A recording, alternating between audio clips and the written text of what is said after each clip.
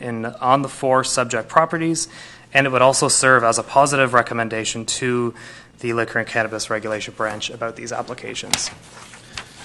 A positive recommendation is a requirement for the branch to get, or for the Liquor and Cannabis Regulation Branch to grant a license. However, it doesn't guarantee that they will approve the licenses. This amendment would allow for the use of cannabis retail stores on the subject properties, regardless of whether or not the current retail stores are able to obtain their licenses. So, oops. I think this is on. Yeah, I think it's there we go. All right, so just as a reminder, the first component of this zoning bylaw text amendment is the addition of a new definition for cannabis retail store, as well as an amended definition of retail to exclude cannabis retail stores from this use, therefore making it clear that cannabis retail stores are not a general retail use. The definition of cannabis retail store makes it clear that only those stores licensed by the province are permitted, meaning that stores that are not able to obtain their license from the province are not permitted. And the 2 zones, of course, are the C2 general commercial and the C4 commercial recreation zones. The zoning bylaw text amendment does include a condition of use stipulating that the retail stores are permitted only on the 3 legal properties in the C2 zone and the 1 in the C4 commercial recreation. So I'll just quickly go through the 4 properties that are the subject of this text amendment. The first property is 6309 Sooke Road. It's the municipal address. It contains the retail development known as the Castle and is home to the existing business known as Riverside Cannabis. This business has applied to the Liquor and Cannabis Regulation Branch for a retail store license. The second property is known as 6686 Sooke Road. It's a prominent town center property with a retail plaza that includes several tenants, including the existing cannabis retailer known as 642 Cannabis. The retailer, this retailer has also applied for a license through the Liquor and Cannabis Regulation Branch. The other town center property, just sort of across the road, is 6691 Sooke Road. It also features a commercial retail plaza with multiple tenants, multiple retail units, and it includes an existing, although currently closed, cannabis retailer known as Sooke Marijuana. And that particular retailer has also applied. We've been notified, has applied for a license through the province. And finally, there's the fourth property that is the subject of this amendment is 5449 Sooke Road. It's a property in the east end of the district, currently home to the Stickleback West Coast Eatery and the West Coast Adventure College. There's no existing cannabis retail store business at this location, and we have not been made aware of any application yet to the Liquor and Cannabis Regulation Branch to obtain a license. This public hearing could satisfy the provincial requirement for consultation required for the actual license to make a recommendation on the provincial license application. And just as a final summary, here is a map showing the locations of the 4 properties throughout the district.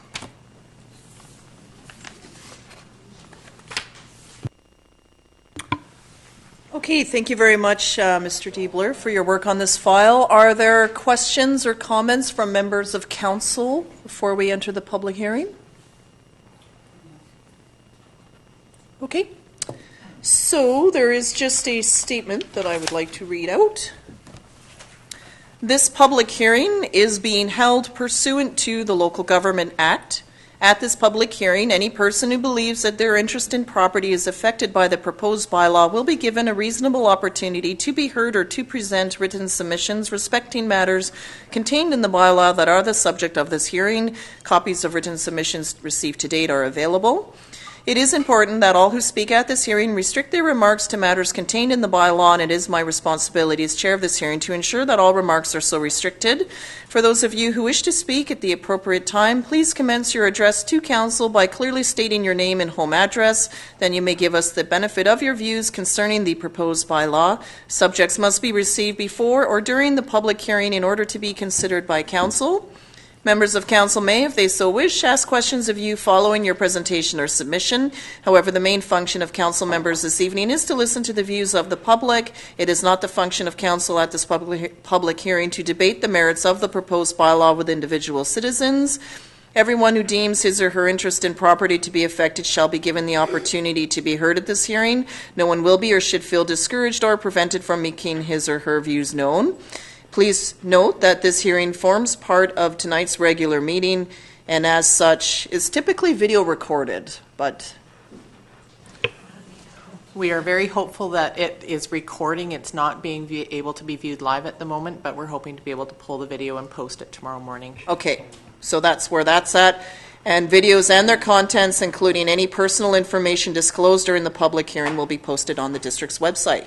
So on that note, I would like to welcome any members of the public who wish to speak on our proposed zoning text amendment to please come forward now, and the public hearing is for that matter specifically, not for the other items on the agenda. It's specific to the hearing for cannabis retail. If you can please have a seat, sir, up front and turn on the microphone. And then we'll just need your name and address, please, and your comments.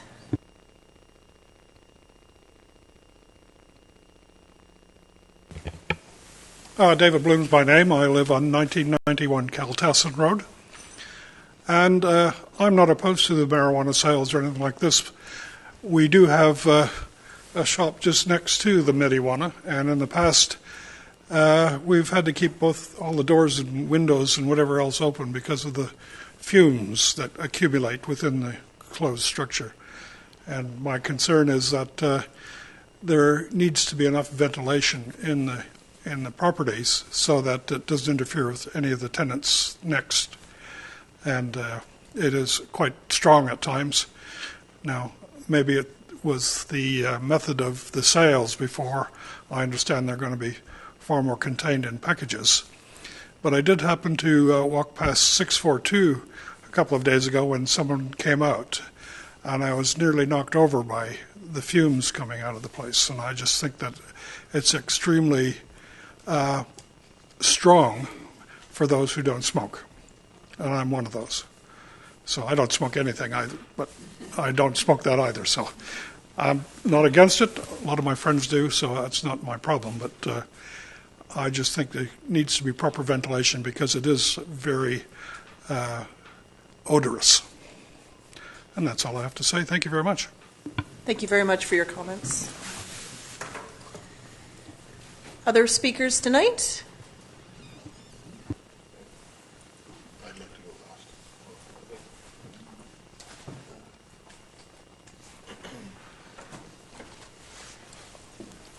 Dave Bertoya, 5448 Sooke Road. Thank you for having me tonight. Direct neighbor of the Stickleback restaurant. I'll start, I guess, first. I just want to applaud the applicant and the owner of Stickleback for the sake of bringing this to our attention in advance of, as with the others, the other dispensaries, they were opened in advance of being able to have an opportunity to speak like this. My concern, I did provide you with a written note last week, so thanks for that as well, that opportunity. I have a big concern with our neighborhood, with the location of the current property to the ocean, to what I have always suggested. I've been at our property for almost 25 years, so what I've always suggested could become a park in the Cooper's Cove. It's a publicly owned, municipality-owned piece of waterfront property just below the Goose. The restaurants, as everyone's known that's been around, have had a hard time making a go of it. I would say the current owner has done an amazing job taking advantage of the outdoor recreational components that he's added into the mix. I would hate to see us lose that ability to have a restaurant on the ocean, have those outdoor recreation, the kayak business and such like that lost. The way I read the application and the changes, it allows for a structure that could be, if I've done my math correct, close to 5,000 square feet in size, which I believe it said no larger than 464 square meters or square yards. So that's a very large building. So the first thing that worries me is that in fact could enhance that whole structure across the street. I don't think there's anything that binds this application to the current owner from taking a piece or the whole thing. I don't think you can restrict them through this process. So that's a worry for me. The other, of course, is the traffic, and that corner below the Goose is just getting very crazy with the amount of traffic that comes and goes into Sooke. We've seen a couple of brutal accidents over the last couple of years in that spot. And again, my worry is because we have an applicant at the Castle and now one down in Casinos. That's not a very big distance. So the clientele, as I view it, choosing between one of those two, could just stay uptown and buy their product up there. I view it then that means we're going to see a lot more of the Sooke, the North Sooke, and the even Langford, because they don't have approved sites at this point in time. And which means everyone coming down the hill is going to be required either to turn left or find the closest driveway or road to try to pull a U-turn to get back, to do it safely. I'm not here to discredit the type of clients, but my gut would tell me that we're going to see probably some that would be having a bit more, or take more of an opportunity to be a little crazier and potentially cut people off to make that turn to get in there. So again, that's just looking at purely the location of the site presents that worry to me as well. So I'm here really just to say I would love to see the and I don't know how the application works, if you can restrict one of the four, or maybe some more thought or discussion is put in. If the province isn't engaged, have they been insofar as the trans and highways? Because I saw a point in the application that said council was going to reach out to highways to discuss concerns, and I don't know if that has occurred yet.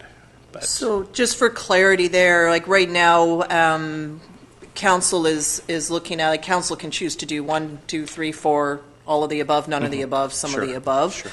And then with the application process, that's sort of left to the province. Should council approve all of them, then the applicants would proceed with their applications to the province. The province comes and does their own fit and proper assessment. It goes from there. Thank you. One last question, if I can, then. At first, I thought from the initial reading that the three sites that were originally proposed, I thought I read somewhere that they were restricted to just 3 sites in Sooke, and then this was an additional one. So, in fact, in the future, other locations could apply for this the cannabis dispensary zoning on the C2 or C4. Is that correct? Yeah. So legally, any business, it would have to be a commercially zoned one, or someone would have to go through a rezoning. Yeah. So this tonight, it's specific to the addresses and not the zone. So it doesn't give everyone with a C2 or C4. And that was my next question. I was just thinking if that's the case, if down the road anyone can apply with a C2, let's say, zoning, and they think, hey, I'm going to run one of those businesses there, could they apply? They could. They could. Yeah. So they would have to come and apply for a text amendment to that particular zone. Okay. Yeah. Okay. So again, thank you very much. That's my concern. Is just again the corner. I would love again maintain the recreational, the outdoor aspects of that area, and at one point in time incorporate it into a park next door, and we've got salmon fishing charters right there as well. Everything like I would hate to see gateway business into Sooke become a dispensary versus what we could make it. So, thank you. Thank you very much for your comments and for the written ones that you've provided. Other members of the public this evening, please. Larry Galbraith, 5462 Sooke Road. My wife has a letter that she wrote. I don't know if both of us can speak or not. She has health concerns that she can't be here. She has a blocked airway, so unfortunately she couldn't be here. As a person that was hit by a car at that location, 5449 Sooke Road, Cooper's Cove there with the restaurant, I have firsthand knowledge that it's a dangerous area. There was a orange lighting machine there that was parked when they were doing construction on the road. It was hit as well. So it is a dangerous area. People come down and even though there's a left turn there, they stop and they turn, they cause accidents. And so just like Dave said, I didn't talk to him before tonight, but it is a beautiful location. I have 2 husky dogs that I walk in that area, and there's cars honking their horns, there's cars stopping, they won't let pedestrians across, and my mailbox is in that same location, so I have to cross there every couple of days. And to see more people coming to that area to stop in and buy their cannabis, I just think it's a bad idea. So I just want to reiterate safety concerns as well. Thank you, Mr. Galbraith. Thank you. And where do I put this letter from my wife?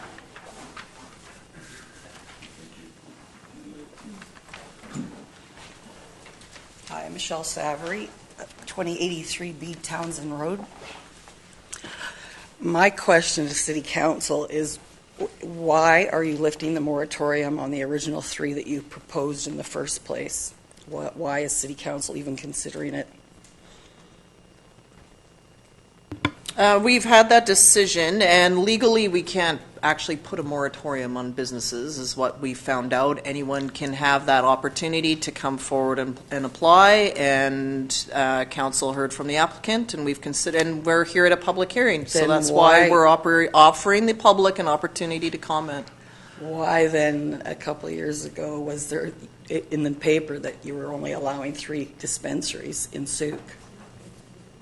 That was years ago, where everything was in a gray area of the law, and now we're following through with the process that's outlined to us from the province. I think there's too many pot shops Okay. to allow another one. There's 3 already, and you don't see people lined up the door to use them. I don't think another one is necessary in our town. And like the gentleman said, as a gateway business to Sooke, which is a beautiful tourist spot, I don't think a pot shop is the proper establishment to be there. Thank you for your time. Thank you. Other members of the public?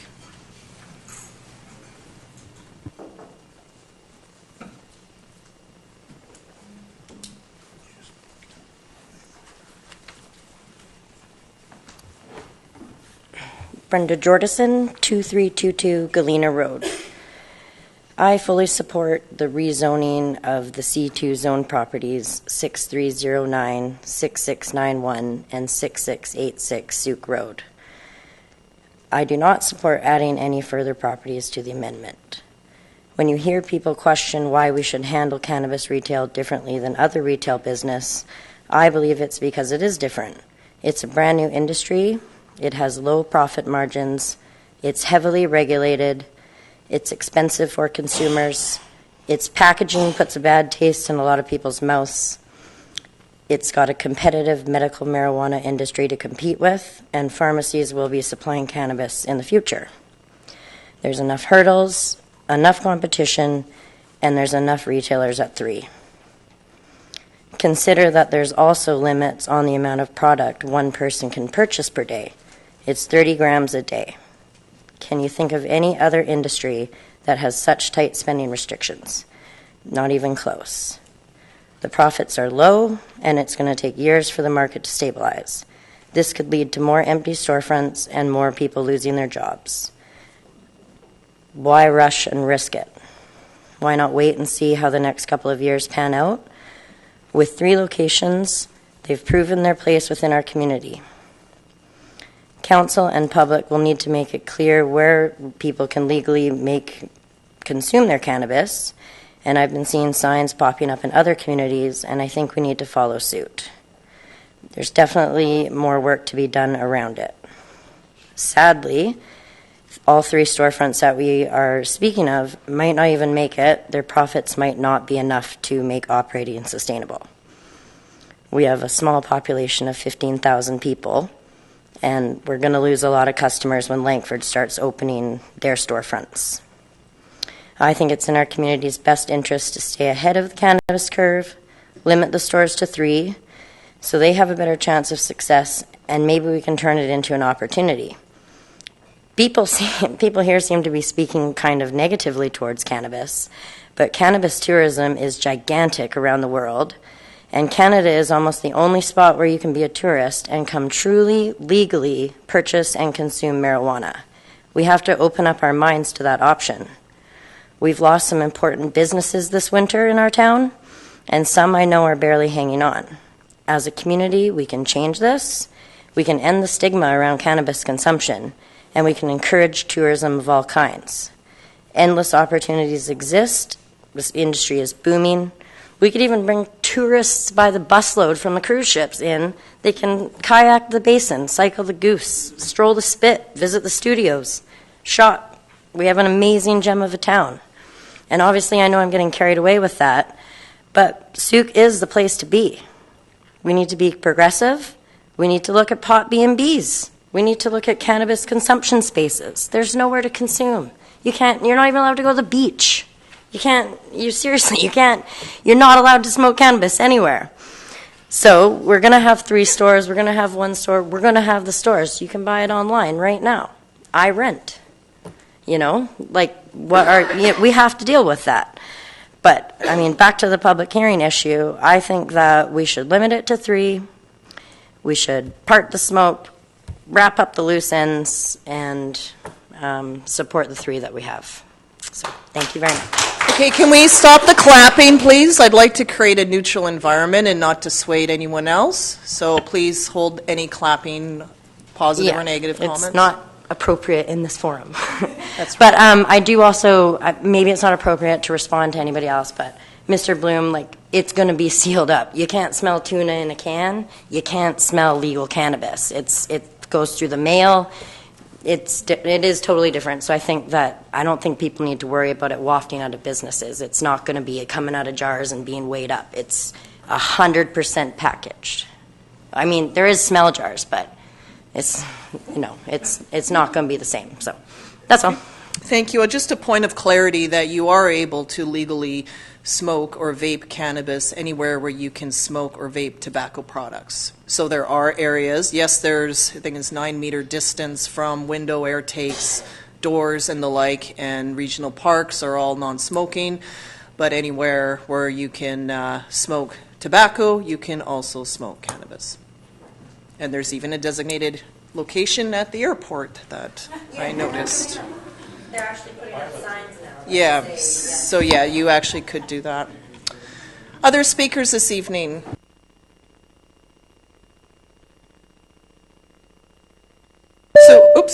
Pardon me. So this is a reminder for applicants. This is your opportunity to speak as well. Once the public hearing closes, you will not be able to respond to any of the comments that are raised. So if any of the applicants have any comment that they would like to make, now is your only time to do that.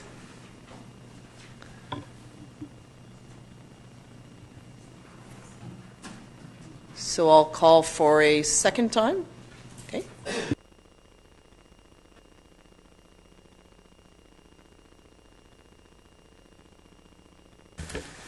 5449 Sooke Road. Scott Taylor.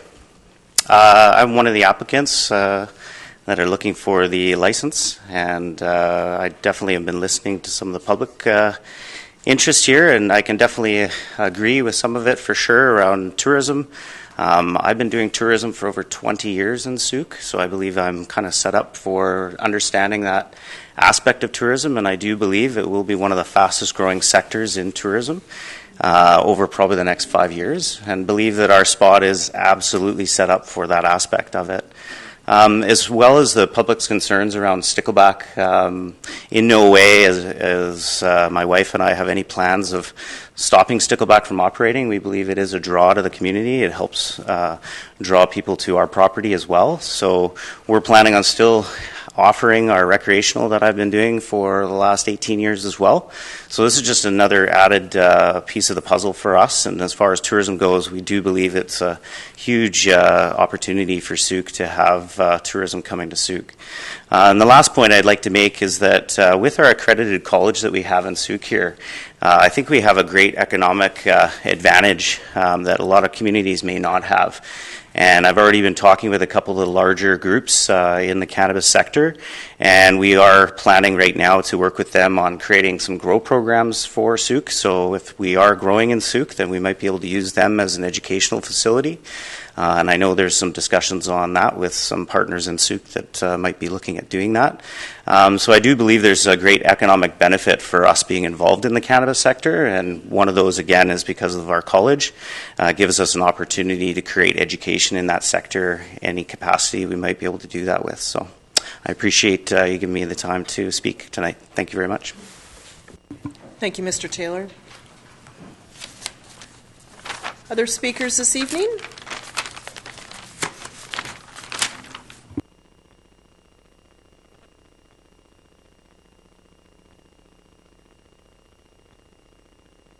Gail Hall, 2517 Sooke River Road.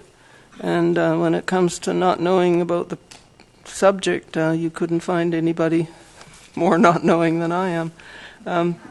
So these 3 stores or retail outlets in the core, you walk in, you buy, and you go out. You don't sit in there and, okay. But no, public consumption is not permitted at this point. So it's to buy and take away. But I understood you to say, was it with cigarettes or something, that you can do the same with marijuana? Outside, so technically you could walk out the door. Walk 9 meters from the doorway and smoke there. So we could be walking through Sooke and getting a little high whether we want to be or not? I'm not liking this. Yeah. So what about the one in Casinos? Is it the same, just retail, but they can come out and sit in that wonderful area?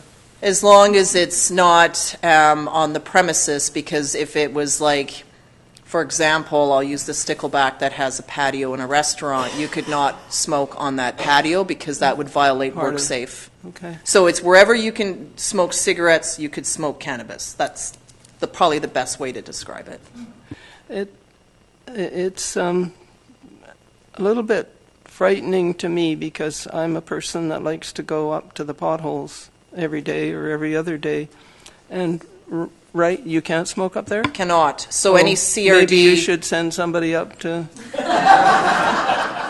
tell them that? Yeah. So right now, any CRD regional park is smoke-free. So you can't smoke anything in any CRD regional park. That's all part of the CRD policy. So not the potholes, not Harborview, like no CRD park. I'm not liking this at all.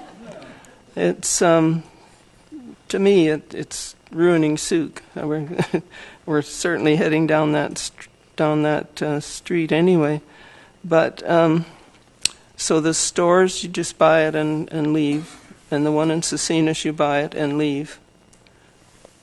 But out in your car, you can light them up and drive out of that thing at Casinos? No. Well, technically, you can't be impaired, so you can't smoke and drive, because then you're operating in a vehicle impaired.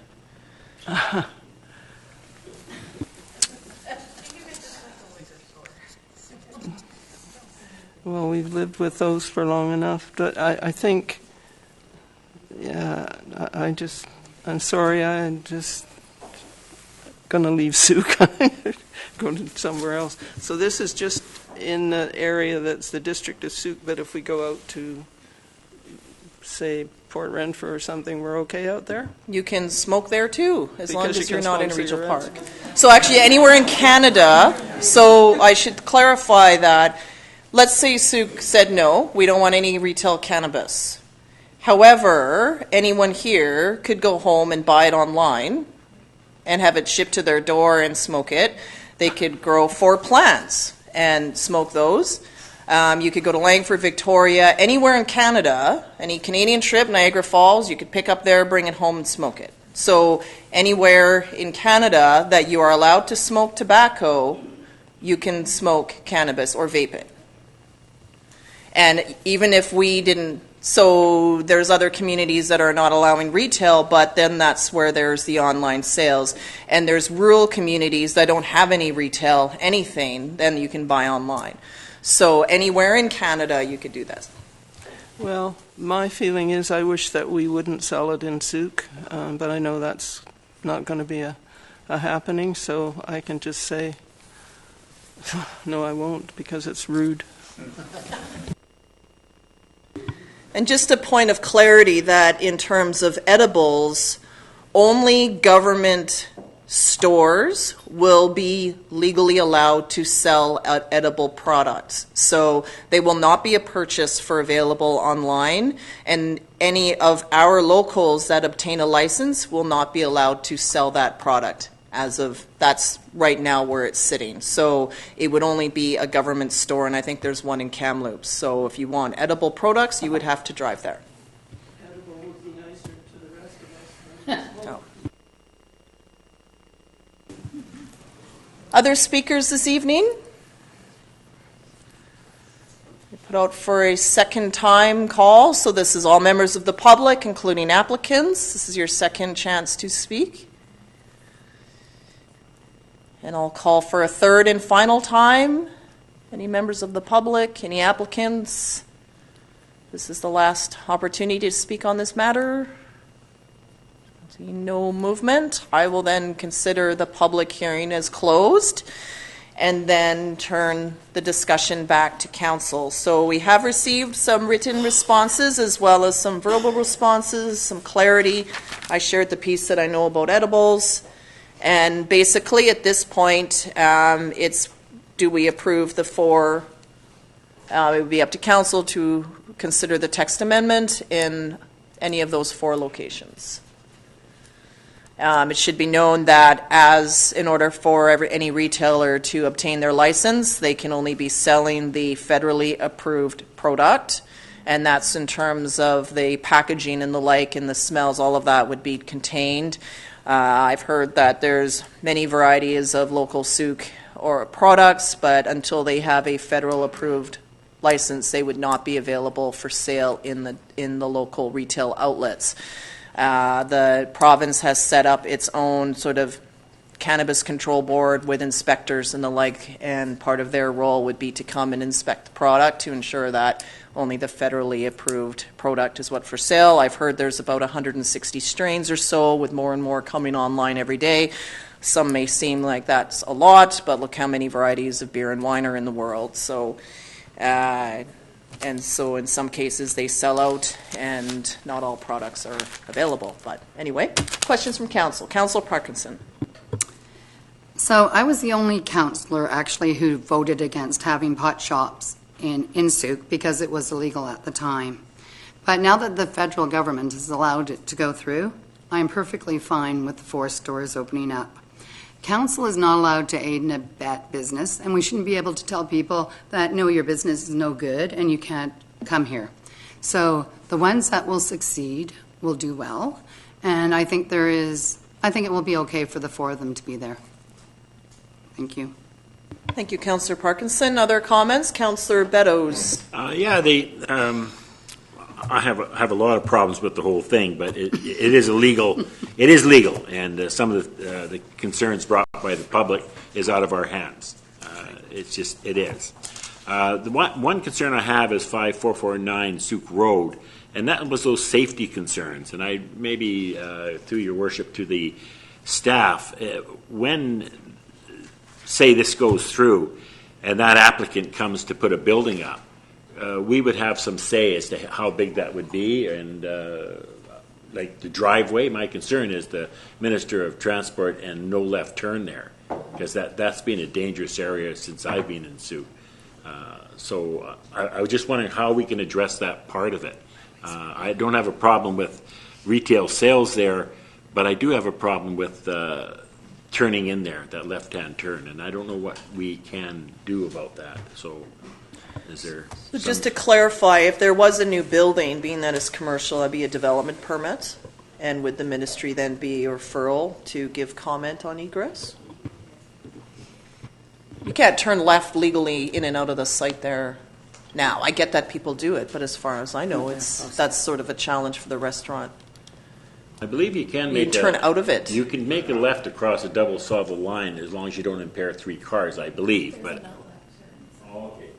I think you can turn left out of the site, but you can't turn left into the site. Coming down the highway, you can't turn left, but if you're in the site, you can turn left to come But back to Sooke. I guess you got my question there, is that when it comes to putting a building up and development permit, there would be some say from the Department of Highways or Transport, whatever we call them these days, that we could address that, because that's I have a number of other concerns too, but I'm not going to get into them tonight. That concerns me. Any comment back from staff on that? Yeah, so through your worship to Councillor Beddoes, if this particular property were to apply for a building permit that would require a development permit, then the development permit would be referred to the Ministry of Transportation as part of a standard referral process for any comments pertaining to the egress or for the site from Sooke Road.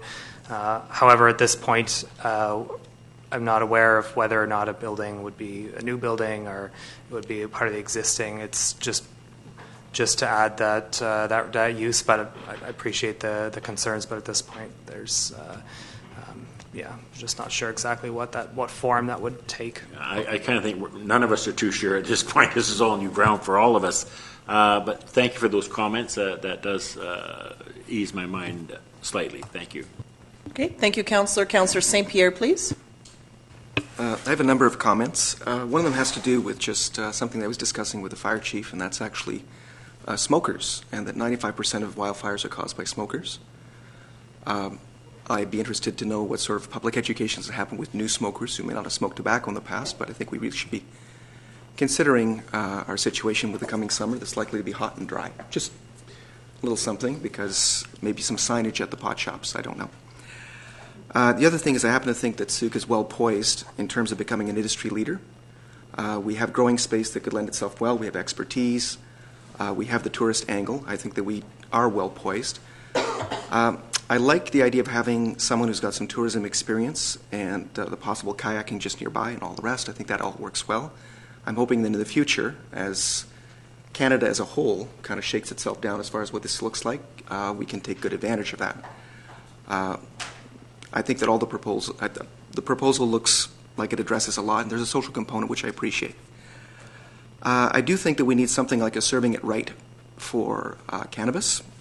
I do think that we need more services to deal with potential addiction. I do think we have young people that need to be educated, but not necessarily by retailers. But that's all part of what needs to be happening, because we're now dealing with a new era where we have this stuff available freely. Well, not freely, it costs money, but legally. I also think that the gateway is a gateway. And at this point, given Sooke's reputation for the Sheringham distilleries with some of the best booze and 2 of our local breweries with some of the best beer, and we have some of the best bud. So B&B, or BB&B. Just saying. Good one. Okay, just a couple of comments in terms of being fire smart. I mean, cannabis isn't new to Sooke. It's been around for a long time, but I think I would appreciate any effort by the retailers just to say, if you're going to take this, like, keep your butt with you, don't throw it out the window, like any of that sort of stuff, just like smokers, and any awareness we can do to just sort of enhance and prevent wildfires, it would just be appreciated all around. And in terms of the other pieces you raised, those are good advocacy points for us as this rolls out with the federal government. Municipalities were to receive 25% of the revenue. We, to my knowledge, have not received a check yet. And again, it's the case of I'm not willing to accept the download, and it's the case of telling the federal government and the province that, look, we are incurring these costs as a municipality, and these are other things that are concerns of us, very valid concerns, and then that is our advocacy piece. We need more than the 25. We needed that yesterday. We need 50 going forward or whatever, because it is impacting our community in that way. So very good points. Go ahead. And just to support Councillor Beddoes, I think that we have an issue with the traffic there with safety that almost needs to be addressed separately, because this is a commercial property. People are going to want to turn in, and ideally, the people using a commercial property want as many people turning in as possible. So this is an ongoing concern no matter what. A successful business there is going to have problems, whether it be cannabis or otherwise. And so we need to find some kind of solution so people stop getting hit. But that has nothing to do with the cannabis. That's, absolutely. Very good point. Councillor Bateman. Okay, I would third that comment about our traffic issues at that spot. We'll be ideally approaching the Ministry of Transportation on behalf of the North Sooke Community Association once we hear from them, and issues along Highway 14 continue. When Sooke introduced cannabis stores, what was that, 4 years ago, I thought 3 was a good number. And when we entered into the process of this these zoning amendments back in December, I still thought 3 was a good number. And then along came number 4 at Cooper's Cove, and that's a particularly intriguing addition to the mix. What we'll have, if indeed we go ahead with the 4, will be 2 independently owned, Sooke-owned stores at 642 and Riverside Cannabis. We'll have specialty marijuana products, formerly Sooke Marijuana, which is now owned by a company called Shum, which is committed to building a dominant Canadian cannabis company. It has more than 50 retail stores in Alberta and BC, and one of its partners is Michael Forbes, who runs Forbes Pharmacy and Clarity Cannabis. And he lives in the West Shore, and he is... He's going to operate one of 5 Langford stores. Langford has set a determination, as I've learned, is we cannot set a moratorium, but you can make the will of Langford Council will be 5 stores. In Banff, the will of Banff Council is, I think, 4 stores, and it's a community of 7,000, Banff, Alberta, and every community is working its way through this issue. The 4th shop here potentially is both a shop and a cannabis campus for the new wave of employees destined for Canada's cannabis industry. McGill University offers a course. Kwantlen Polytechnic in Vancouver has a cannabis career training. So there's a demand for professionals within this industry, and Mr. Taylor, in association with Jas Bassi, he's a retired RCMP career officer who runs another one of these larger companies, GrowX Global. So we have 2 independents, two partnership situations with the larger picture of cannabis, the cannabis industry in Canada. So, and having heard the issues here, as the traffic issue and the safety at that spot, and Ms. Jorgensen, I believe is her name, noting the profits are low within the industry. I haven't seen the bottom line. I would have thought there would be a gold rush for cannabis sales. So it's an interesting decision, another tough one here at Sooke Council. Thank you. Thank you, Councillor Bateman. I think with the profit margins, and this is just because there are still people that have their own sources, they'll continue to use their own source until that source no longer exists. And, if you can pay $5 versus 10 and you have a trusted source, that's probably what many people are going to do. Speculating. Councillor Logans? Thank you, everyone, for coming today and speaking on this. It's been an interesting roller coaster for me, both learning about the industry and also speaking with different business owners. I did get the opportunity to speak to the applicant at 5449 Sooke Road, which was good. We cleared up a few things between us, which was nice, and I was inspired by the owner's forward thinking.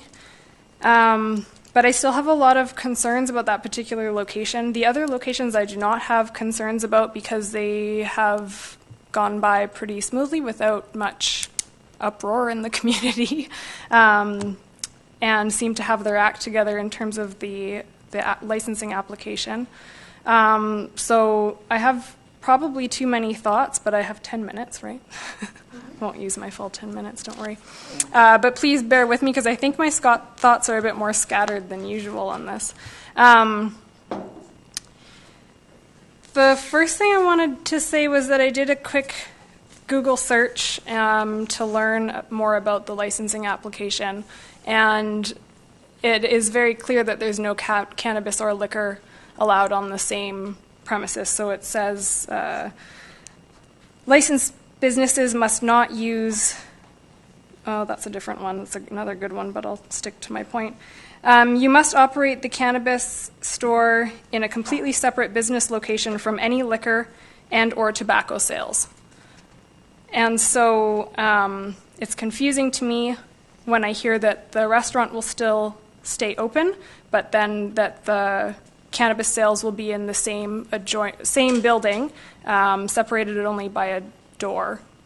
So I don't think that the license would go through, which is fine. I mean, you have to go through the process, but I don't know if the process has been started or, by the sounds of it, either researched or we're not hearing the full story on that. Because those two, the restaurant and the retail sales, would not be able to operate in the same adjoining building.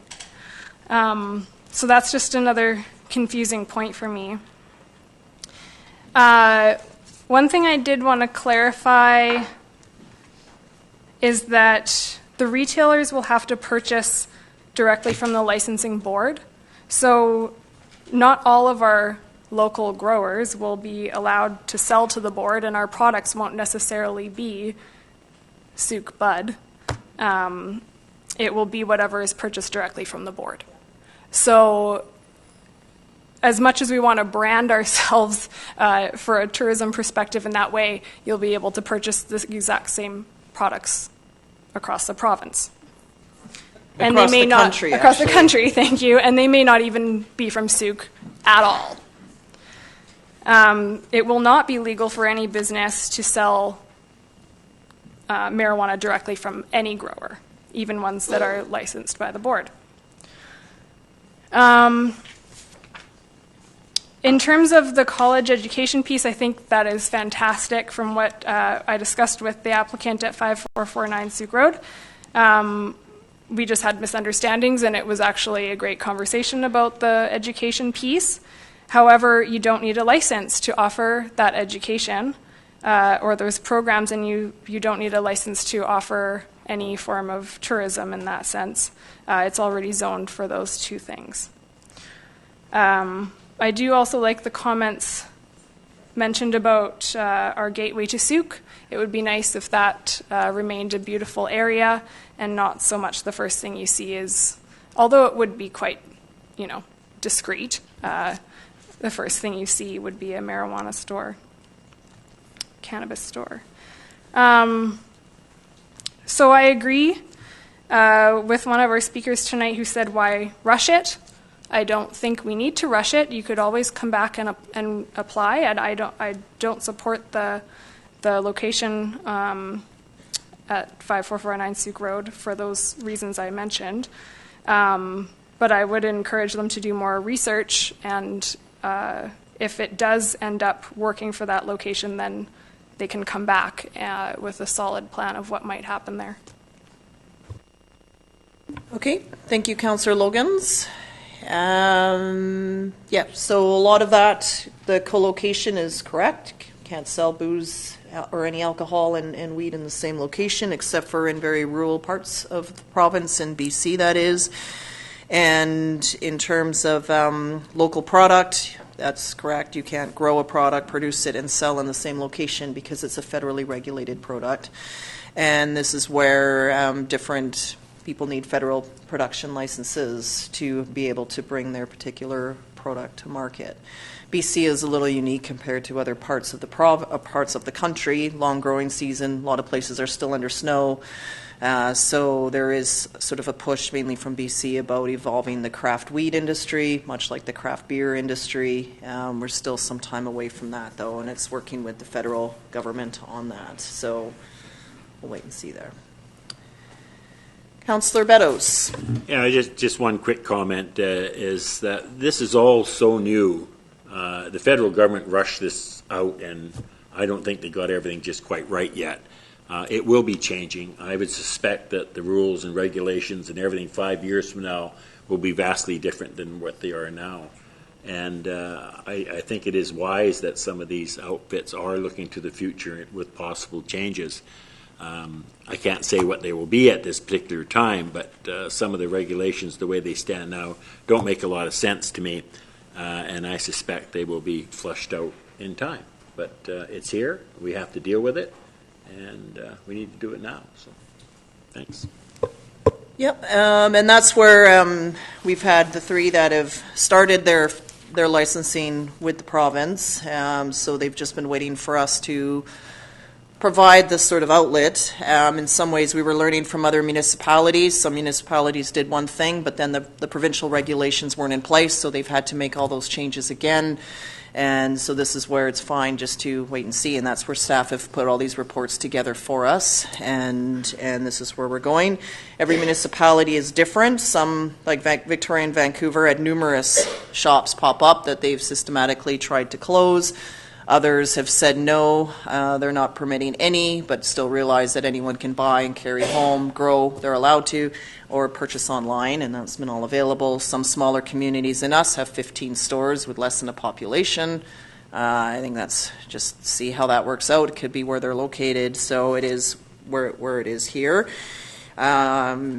And so at this point, is there anything else for council? Otherwise, be looking for a resolution in terms of how you would like to progress this forward and what action to take. I'm comfortable with the four in this case, but I also appreciate that the three have waited. They've gone through and tested things out with the community for some time, and they've just been waited to move ahead on their applications because we need to allow the hearing part, and then the fourth has come along. But again, well-versed in business, and I suppose I supported that location just given that the owners have been in that location for a long time. They understand tourism, and they're looking ahead for something unique to do in that area. And like we've heard, if a new business, if they were to put in a new building, that would come to staff for permit, development permit would be triggered, it would allow more opportunity to comment should that come to be.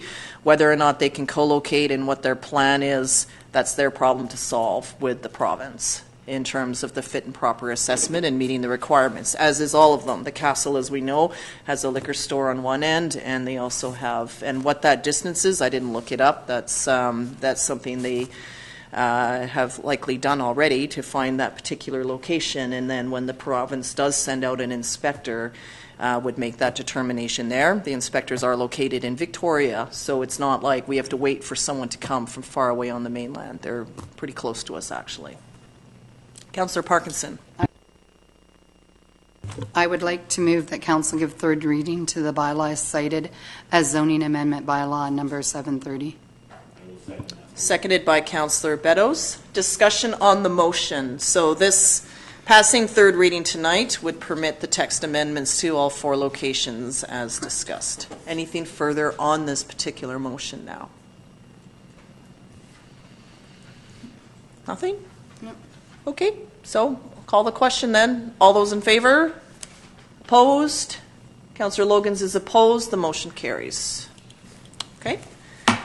Thank you, everyone, for your time, and we will move on then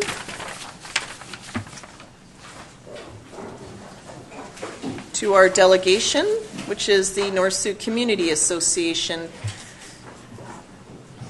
Perhaps, Mr. Boucher, there's just some people leaving. If you just want to just give a minute so that we can give you our full attention as people exit. Certainly, Your Honor. Thank you. We cannot stop people from opening a business. That is so wrong. If they succeed, they succeed. If they don't, they don't. I said, Your Honor, it's your motion. Yes. Listen to her.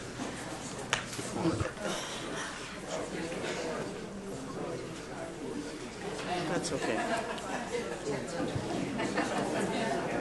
Okay, if we could have everyone attention back here, please. I'd like to welcome our delegation from the North Sooke Community Association, Mr. Eric Boucher. And you have 5 minutes tonight for your delegation. Thank you very much. Good evening, Your Worship and Council. I'm Eric Boucher, and I reside at 1900 Connie Road, and with me is Maureen Sims. Our purpose for appearing before Council this evening is to update you on our understanding of the new proposed Highway 14 project that MOT is about to get underway in Sooke, to state some of our concerns about this project, and to request effective leadership action by Council on behalf of our community. Now, this presentation builds on a previous information we provided you and requests that we made to Council for action on the 24th of September and again on the 14th of January. And I believe you were also provided a copy of our letter to our MLA, the Premier, which outlined some of our concerns. I'd like to acknowledge other members of our delegation present tonight and ask them to raise their hands.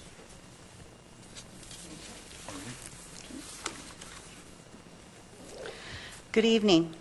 I am Maureen Sims, and I reside at 5162 Sooke Road at the intersection with Glint's Lake Road.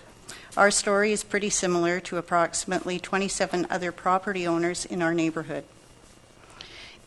In early January, we received a letter from MOTI advising us that they would be carrying out work in our area connected to planning, designing, or carrying out investigations related to Highway 14 improvements.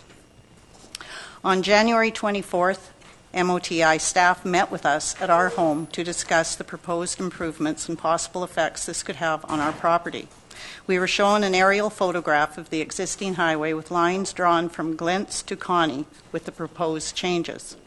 These changes include the realignment of of Glint's and Polymead roads, the straightening of the highway from Glint's to Connie, running behind the 17-mile pub. It was explained that this was phase 1 of the project and was chosen as first phase due to the high accident area it is in. Phase 2 will be Connie Road east to the existing 4-lane. Phase 3 is Glint's Road west to Sooke. We've been told that the new road will be a 4-lane divided highway with a barrier in the center, and there will be limited driveway access. We understand there also will be U-turn sites at either end, with one near Impala Road and another near Manzer Road, so that people blocked from turning left out of their driveway will be able to turn around to get to town. We were assured we'd be compensated in various forms for our loss of land, property, wells, and inconvenience. They said this was the first of many meetings, and they would get back to us in March. That date has now been extended to mid-April, and we've been left hanging out on a limb since then. Eric? So we've been clear from the get-go that we're fully supportive to improvements to Highway 14 to make it safer, and that's how MOT has been billing this. However, a 4-lane, limited access, divided highway is far in excess of what this community requires for safety. And public reports keep saying that this is a proposal and it hasn't been approved yet, but MOT staff are quite convinced that this is going to happen. In summary, our major concerns are, number one, it's unacceptable that you aren't more directly engaged in this plan for our community. So much for the provincial partnerships for stronger communities. Number two, it's unacceptable about the lack of public disclosure that we've had about this project. And number three, there's a lack of respect for public consultation process. What we've seen so far and what we've experienced so far doesn't come close to meeting the community standard. In September, I listened to you direct your staff to contact MOTI to find out what was planned. And more than a month ago, I know that some of your staff met with MOTI. They were shown a copy of the plan. We don't know what the staff reported to you. However, nothing we've told you tonight should be news to you by now. If this project is indeed phase one of a much larger plan, then you must be involved right now. You should be very concerned this is not in accordance with, not consistent with our OCP.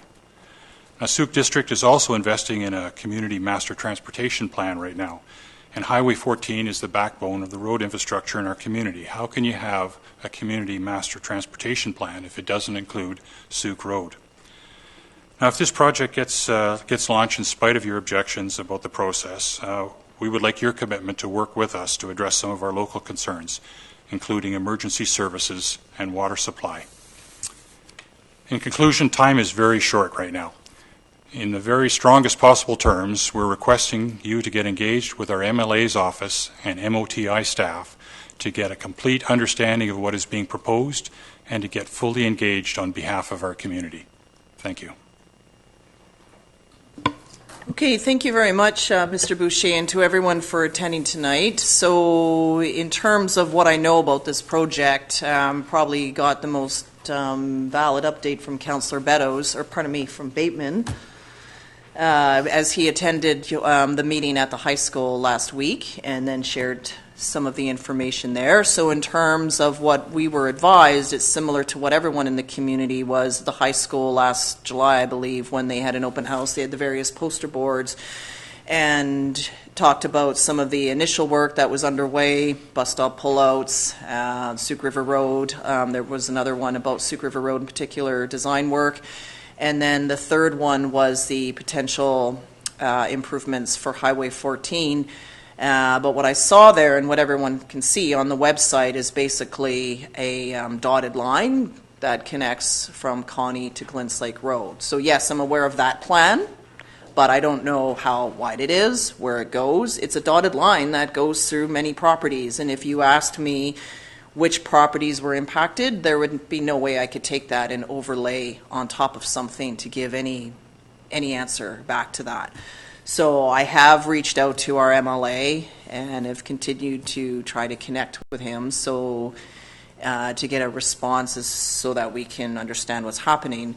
Part of what we have been told is that because there's land discussions happening, that's where it goes confidential. Similarly, if the district were to approach someone to buy a piece of land, it's in camera, it's private until there's a resolution to rise and result. So the landowner may choose to share whatever they like, but the municipality or council is bound to Section 90 under the charter and cannot speak about it until it becomes public. So that sort of response in terms of the province negotiating directly with members of the community is, I'm assuming, a similar approach there.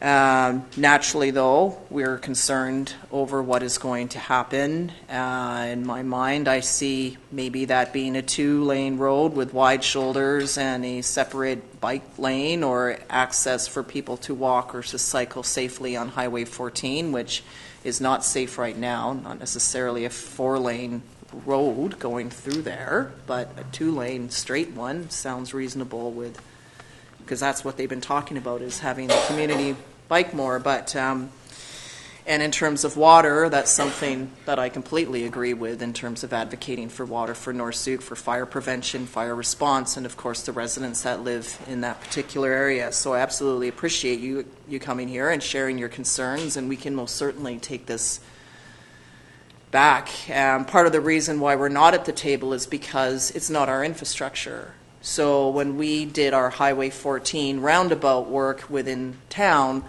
the district was a partner at the table because we had money at the table as well. We were looking at aligning driveways and egress and the like. So in that case, it's a partnership because we contributed about $1 million, I think, into that project. So, and same with our sidewalk project that we're looking to do from the town up to along westward along to, I can't remember, about Brooks Road, because we're committing X amount of dollars and our staff resources to work with the province on that and work, so we're at the table in that. In terms of Sooke River Road, we haven't been involved at the table, although we've complained when there's been disruptions to traffic flow and the like, and we advocated for a sidewalk from the students going from the high school to Sooke, all the way up Sooke Road, as part of the improvements, but we didn't contribute any funding. So That's where this project has announced and it's moved on, really without our involvement for that. Guessing a bit for that reason, and that's where it was a bit surprising. I sort of knew that spring they would be in the area looking, but I guess my reaction was more that they were exploring to see what they would do, and then they would come back and say that they're doing this, and then I've heard that there's been actual purchase agreements made, and then a lot of movement happening. Councillor Parkinson and I went to our MLA's fundraiser. I wasn't able to really talk to him there because there were so many people, and we sort of were advised that we would hear once details of the land negotiations concluded. That's my understanding there. You know, with respect, Your Honor, we it's seem your worship. I'm not an honor. Yeah, with respect, Your Worship, we seem to be talking past each other here. This is the third time we've spoken to Council about this issue, and the information that we're presenting you isn't new. We've seen copies of the plan. Your staff have seen copies of the plan. I've not seen it. No, I'm not saying that you have, but your staff has. And we are telling you that several of us in the community have seen it as well. We really believe this is going to happen within the next couple of weeks, as soon as that. Now, notwithstanding they can't reveal their negotiations with property holders, is Council good with a 4-lane divided highway with limited access highway at the gateway to our community? And how are you conveying that to MOT and our MLA? Because by the time you find out what's going to happen, it's a done deal. And we're trying to engage proactively to avoid being too late to the show. And we're making our best efforts, but help us to help you if we can. I need something. I need a copy of the plan so that I can say to the province and say, I don't have that. I have nothing in paper. All I have is the public presentation that shows this dotted line. It doesn't say 4 lanes. It doesn't say 2 lanes. It doesn't show where it is. It's nothing. I would love it if someone gave me something and then we could write and say, we have a serious problem with 4 lanes. We were looking, we appreciate any upgrade to the highway because it's dangerous. However, while you're running this intersection or this improvements, have you considered water extension into this area? How will emergency responders, if there is a divided, how are they going to access, if an ambulance coming one way, how are they going to access people in their homes? We could respond and say that our concerns are this, given that this plan that is happening. In the absence of not having anything, it's like I don't know what to advocate for because I have nothing in front of me. Well, with respect, Your Worship, we'd appreciate that level of animation directed at the people on the other end. And we hope that's what you are conveying to them, that message in that tone, because that's what we're hoping to get through. Yeah, I see that. I hope it's occurring.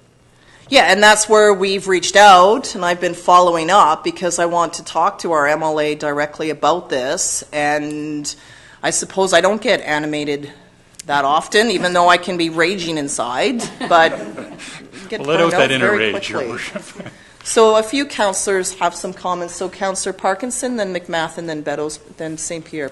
So I'd like to say that we went to this event, and I asked the questions on what was taking place, and we were informed that they would not give council or mayor any information. So we asked what was happening with the roadway. They said, not until the deals are done will you be informed. But I figured that this is our town, and the province is changing what we have. And I'm opposed to a 4-lane highway coming down, and we need to have an alternate route if we're going to have anything so that we can move traffic 2 different ways. So we should be able to have the opportunity to say what we want as a town. And it's really terrible that the province hasn't spoken to us and that they keep everything secret. So I would suggest that we write them right now and tell them this is what we want to see. We want to see the plan. We want to know what you're doing. And we want to make it right for our town and not for people just traveling through back and forth. So I would like to also ask a question. When you were talking about services, for the emergency services, Would you please just give me what you were thinking on that? It was both emergency services and for water, and Maureen can speak to water. But with regard to emergency services, if it's a 4-lane divided highway, then conceivably a fire truck leaving from town will drive past and go down to the U-turn down at Impala Road and then turn around and come back, or an ambulance or a police car. And that's simply unacceptable because it'll be a reduction in our level of service for emergency vehicles. And with regard to water, Maureen can comment on that.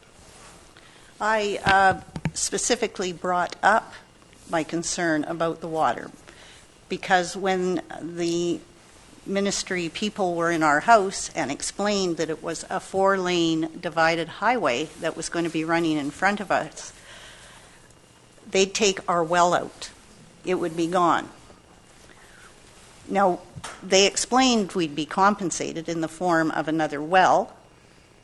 Well, that's great. But when you're out there and they're blasting, which they're going to have to, with all the construction, etc., who's going to say that well's going to work? We're on our 3rd well on our property. Also, another one of our residents approached them about their well. They said they would guarantee it for 1 year. Well, the project, phase 1 of the project, they said would take approximately 2 years to complete. We'll be driving along Highway 14 on a 4-lane highway, down to 2 lanes, and back to 4 lanes. I honestly think it's ridiculous, but that's as far as we've got. And they said they'd get back to me before the end of March. When I phoned them the last week of March, they said the plans had literally just landed on their desk. They needed time to digest it. They would be in touch by mid-April. So Sooke has a seat on the Juan de Fuca Water Commission, so Council could be working with the province to make a grant application to fund a water line extension into concurrent with this project into our neck of the community, and it's certainly something that Sooke could be proactive on as well in conjunction. But work with the province on this because you're digging a hole. Okay, Councillor McMath, please. I also went with Don and Councillor Bateman, CAO Schaefer, and Councillor Bateman to that meeting as well. And I just want to touch on your tone because I know you're passionate, and I would be too. However, there's no secrecy. Like, we're not hiding anything. We don't know, and that's not right. The most we learned was from that meeting with you guys because you've seen the plans, you've gotten the measurements. You had a fellow who spent 5 hours with them.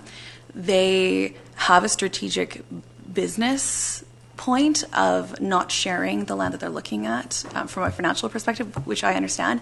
However, we need to less finger pointing, more joining as a team. So if you have a list of all the things you're looking for, so there is a 14K stretch with no water. And this is the time to do it. If they're digging up the roads, this is the time to put it in.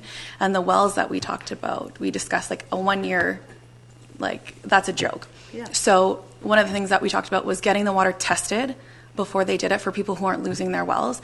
So if during the blasting the water quality dips, at least you have that factual evidence to back it up for compensation. We also touched on not asking for compensation for the well, but actually making them dig the well on your property.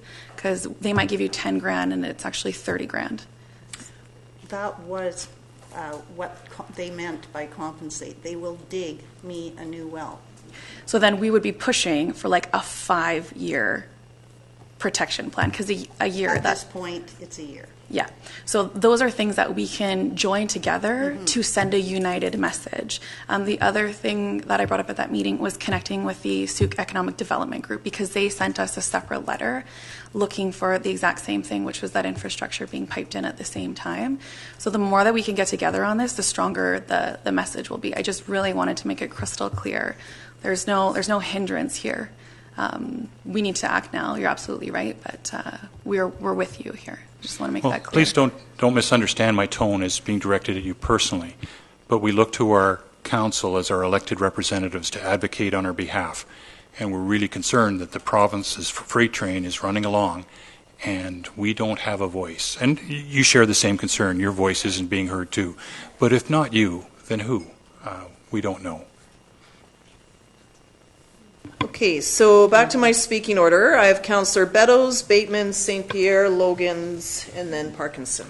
I just want to clear up one little thing first of all. You did state, Mr. Boucher, that the staff had this information. Do you have this information? Your Worship, I understand that a member of staff has met with the MOT, but it's certainly not my understanding that we were provided at that time with any further information than what's been sort of cruising along.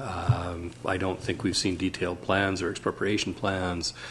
I don't believe that we've seen timelines along. No one has invited us into an office that said, hey, here's what we're going to do. So you're just as much in the dark as we are, pretty much. Maybe a little bit less, but not really to any extent that we would have a report to bring to council, either in public or in camera, to say, here's the plan, because we just haven't seen it. Yeah. Okay. The other thing is the idea about looking into the water when they're digging up the road just makes sense to me, of piping it in, and then you don't have to worry about digging any well at any time. And I like the idea that the council send a letter to our MLA, who happens to be Premier, that we're unhappy with being kept in the dark on this project. It is very important to all of us, whether you believe in a 4-lane or not. Everybody should have a view of what's coming, because once it's in, it's in. You can't turn it around. So I thank you for your comments, and I think we heard you. We'll do what we can, but if they shut us out, it's pretty tough to get through to them. Thanks. Councillor Bateman, please. Okay, I thank you for your presentation. I can feel the frustration. I think we share the frustration. When we received the corridor improvement study back last July, as the mayor says on, I think it's page 14, there is the nice dotted line, the realignment. And I was thinking that would be down the road, literally, and here it comes so quickly. I learned from you, Colonel Boucher, back in January at the Parks and Trails Master Plan session about this for the first time, and a surprise. I went back and looked at that corridor, and the big surprise is this talk of a full phase 1, 2, 3, right from Langford to Sooke. Because on the very next page of that corridor improvement study, there's a strong case made for why that will not happen within our lifetimes. Quote, the mountainous terrain is a major obstacle in designing and constructing an entirely new highway between Langford and Sooke. Need for multiple bridges to span major creeks, much steeper grades. Environmental impacts, as the Save the Sooke Hills people will very quickly let us know about. Major high costs of $20 to $50 million per kilometer, and I think that's either $240 to $600 million. And so I think we in Sooke need a little bit of a reality check that we're a relatively small community and we're in a province of BC, so we're not going to get a 4-lane from Langford to Sooke. Having said that, I think we're in a really good fluid moment right here. As the mayor stated, once she and staff lay their eyeballs on an actual plan, then these particulars of this particular stretch of, I think it's 2 kilometers, the questions around the divided highway and the questions around blasting and drinking water and traffic interruptions during construction, which is scheduled, I believe you were telling us, from spring 2020 to the fall of 2022. We could be insisting on nighttime work only, as was done during the resurfacing of Sooke Road back in 2014, 15, thereabouts. And good on you for pushing, as we as a district can do, for pipe water from Cooper's Cove to Connie Road, as you've suggested, while also noting very realistically, as Mr. Hicks told you, that would be $800 per meter. So again, huge amount of money involved here. So having said that, I think Councillor Parkinson was about to make a motion that we We still have a speaking list. okay. So I would consider that at some point, but I am taking points so that I can put them into a letter that we can send out relatively quickly, which is why I'm typing. I'm paying attention. I'm actually just writing some notes down.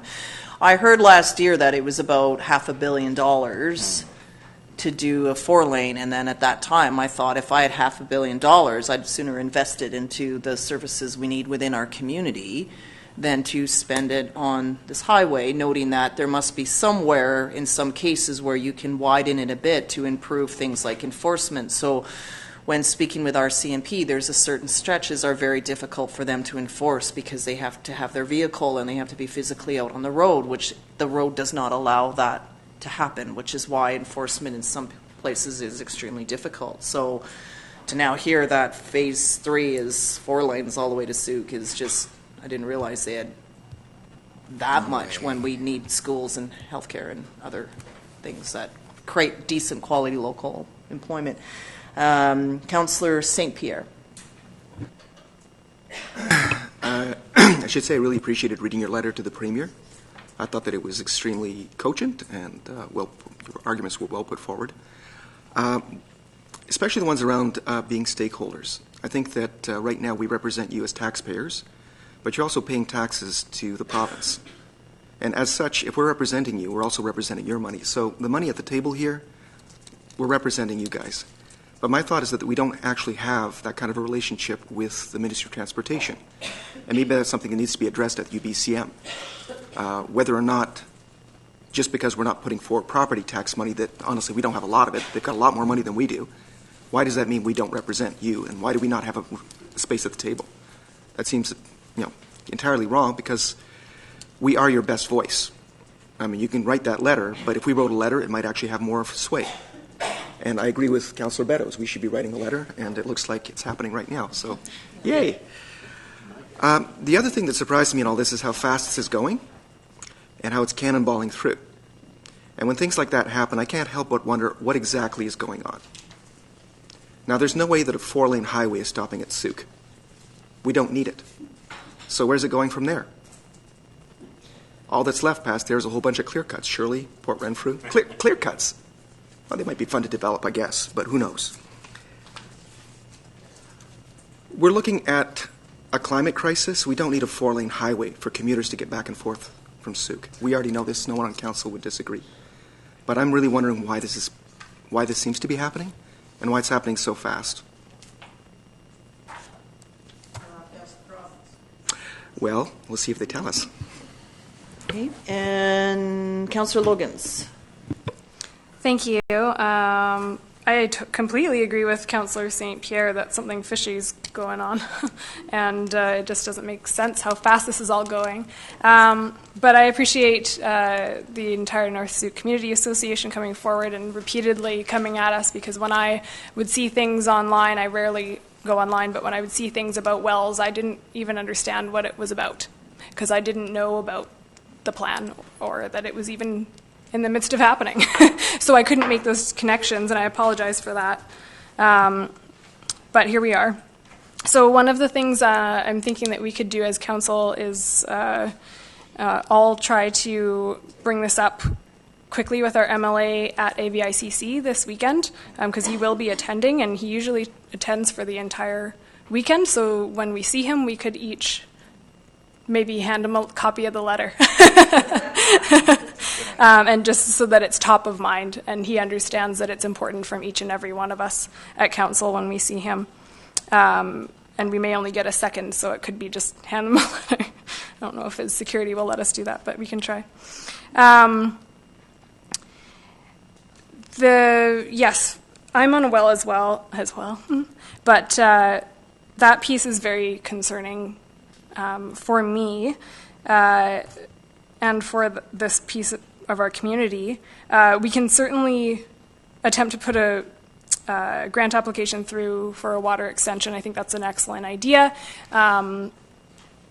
But it does have to be paired with more information on what exactly is happening and when it's happening and if it's happening, because the whole digging up wells and dropping in new ones thing is just confusing to me at this point. I completely agree with Councillor McMath that we did an extension on that well guarantee. However, or maybe we need a GoFundMe to bring Aaron Brockovich to help us out.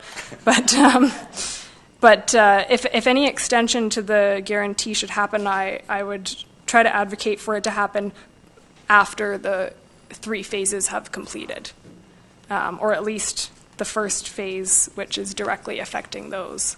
Is that correct? The first phases? Yeah. Yeah, it doesn't make any sense for a 1-year guarantee on a 2-year project, especially when water is required for any kind of healthy living. And geez, we live in Canada. Anyway, I know there are water issues in other parts of the country, but still. That was all that I wanted to say, I think. But I do want to reiterate that if anyone is good at advocating for our roads, it's our Mayor Tait. I've seen countless times throughout my entire time on council during different road developments, during a roundabout, every accident, she's written a letter.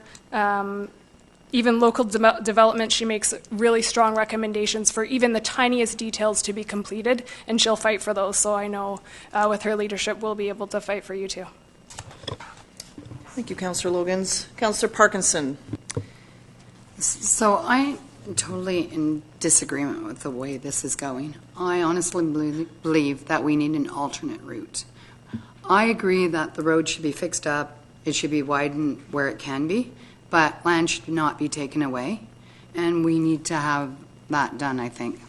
And so I would like to make a motion, and then I'm going to request that the mayor set up a meeting with the premier, letting him know that we are in favor of the road improvements, that we want the widening done, we like that, and that we are more interested in having an alternate route, so that there's 2 ways in and out, because once it's a divided highway, the accidents will come, and no one will get out of town. So I think it will. So I don't think it's an improvement whatsoever.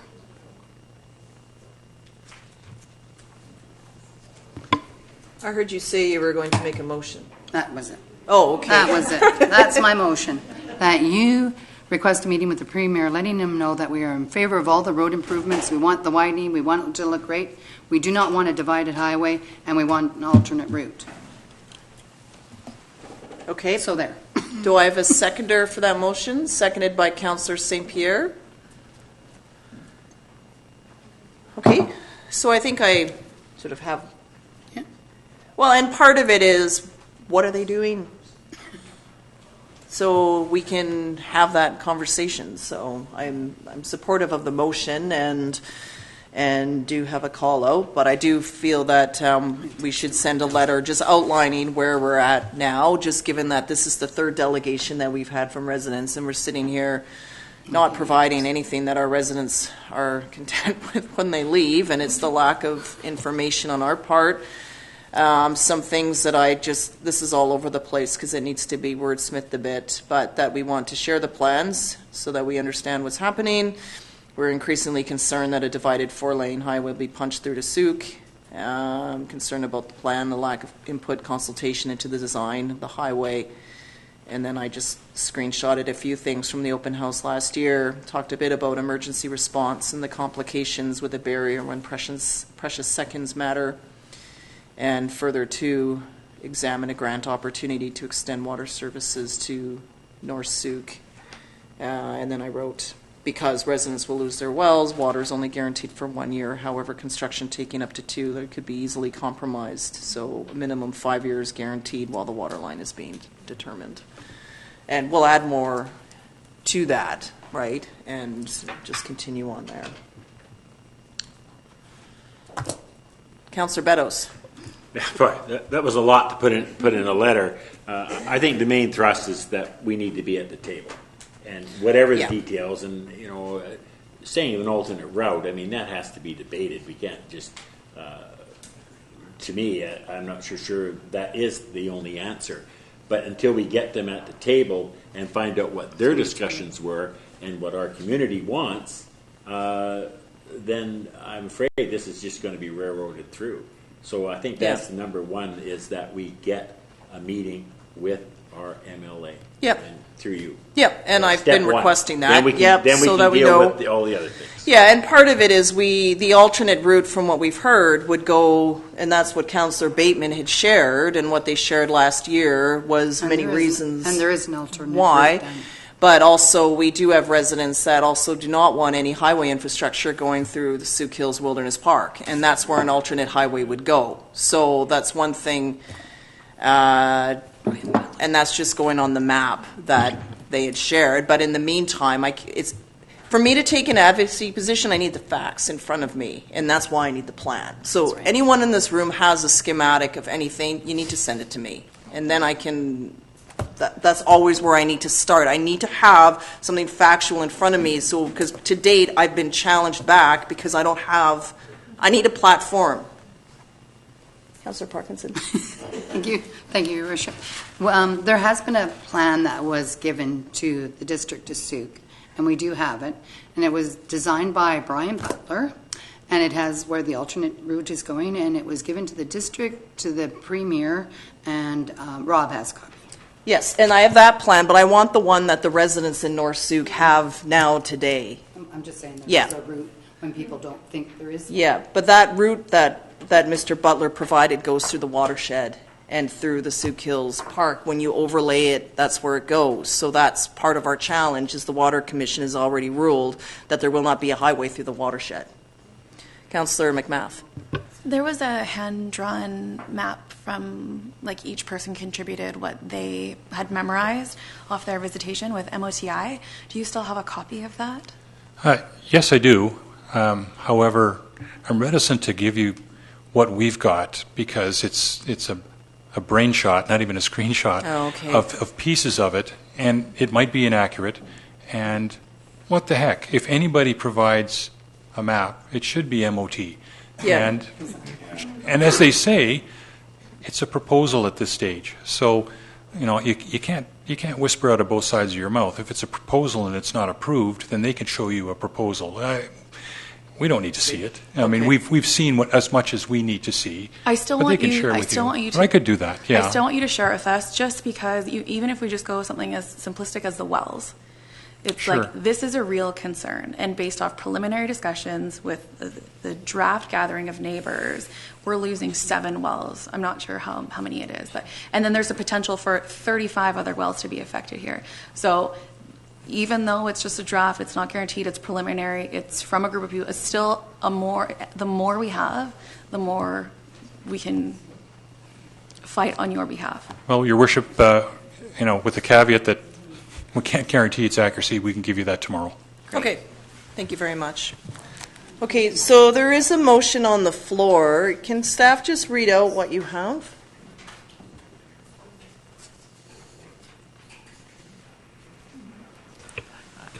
I don't know how accurate it is, because I thought it was going to be a motion, and then I think it turned into what you stated, which I had was to set up a meeting and identify that the district is in favor of the road improvements and widening and wants an alternate route to Sooke, not a divided highway.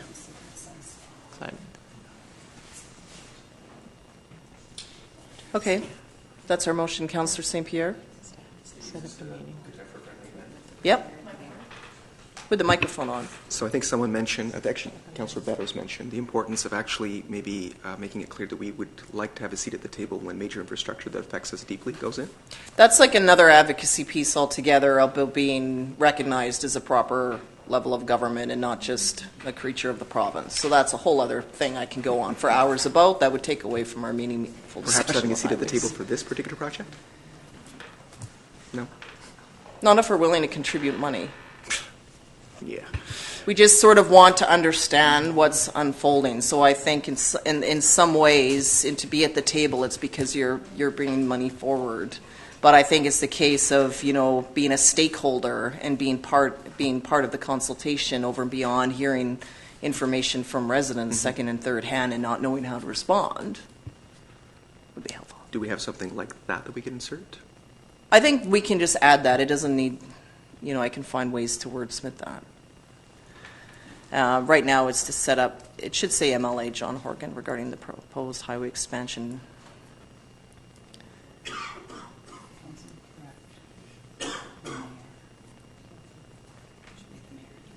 Yeah. It's just, it's always awkward when we're staring at the person typing. No, I'm looking at the ball. Right? It's sort of. Can I riff for a minute? Yep. Okay. Yeah, there are a number of Ministry of Transportation studies of Highway 14 that dating back to the 80s. Yes. I think the one Councillor Parkinson was referring to is from the early 90s. There was also one in, I think, 2001, and there was a number of, lots of blue sky thinking about a four-lane or an alternate route. And it's very key, as Councillor Beddoes stated, that we define what we mean by alternate route. Because as the Sooke OCP very clearly states, that we want to retain our rural character, a small-town rural character, adding an additional feeder road from, say, the Trans-Canada, even if it was following logging roads and was a no-exit kind of road that didn't interfere with the Sooke Hills, would change the character of our town dramatically. So what is that alternate route?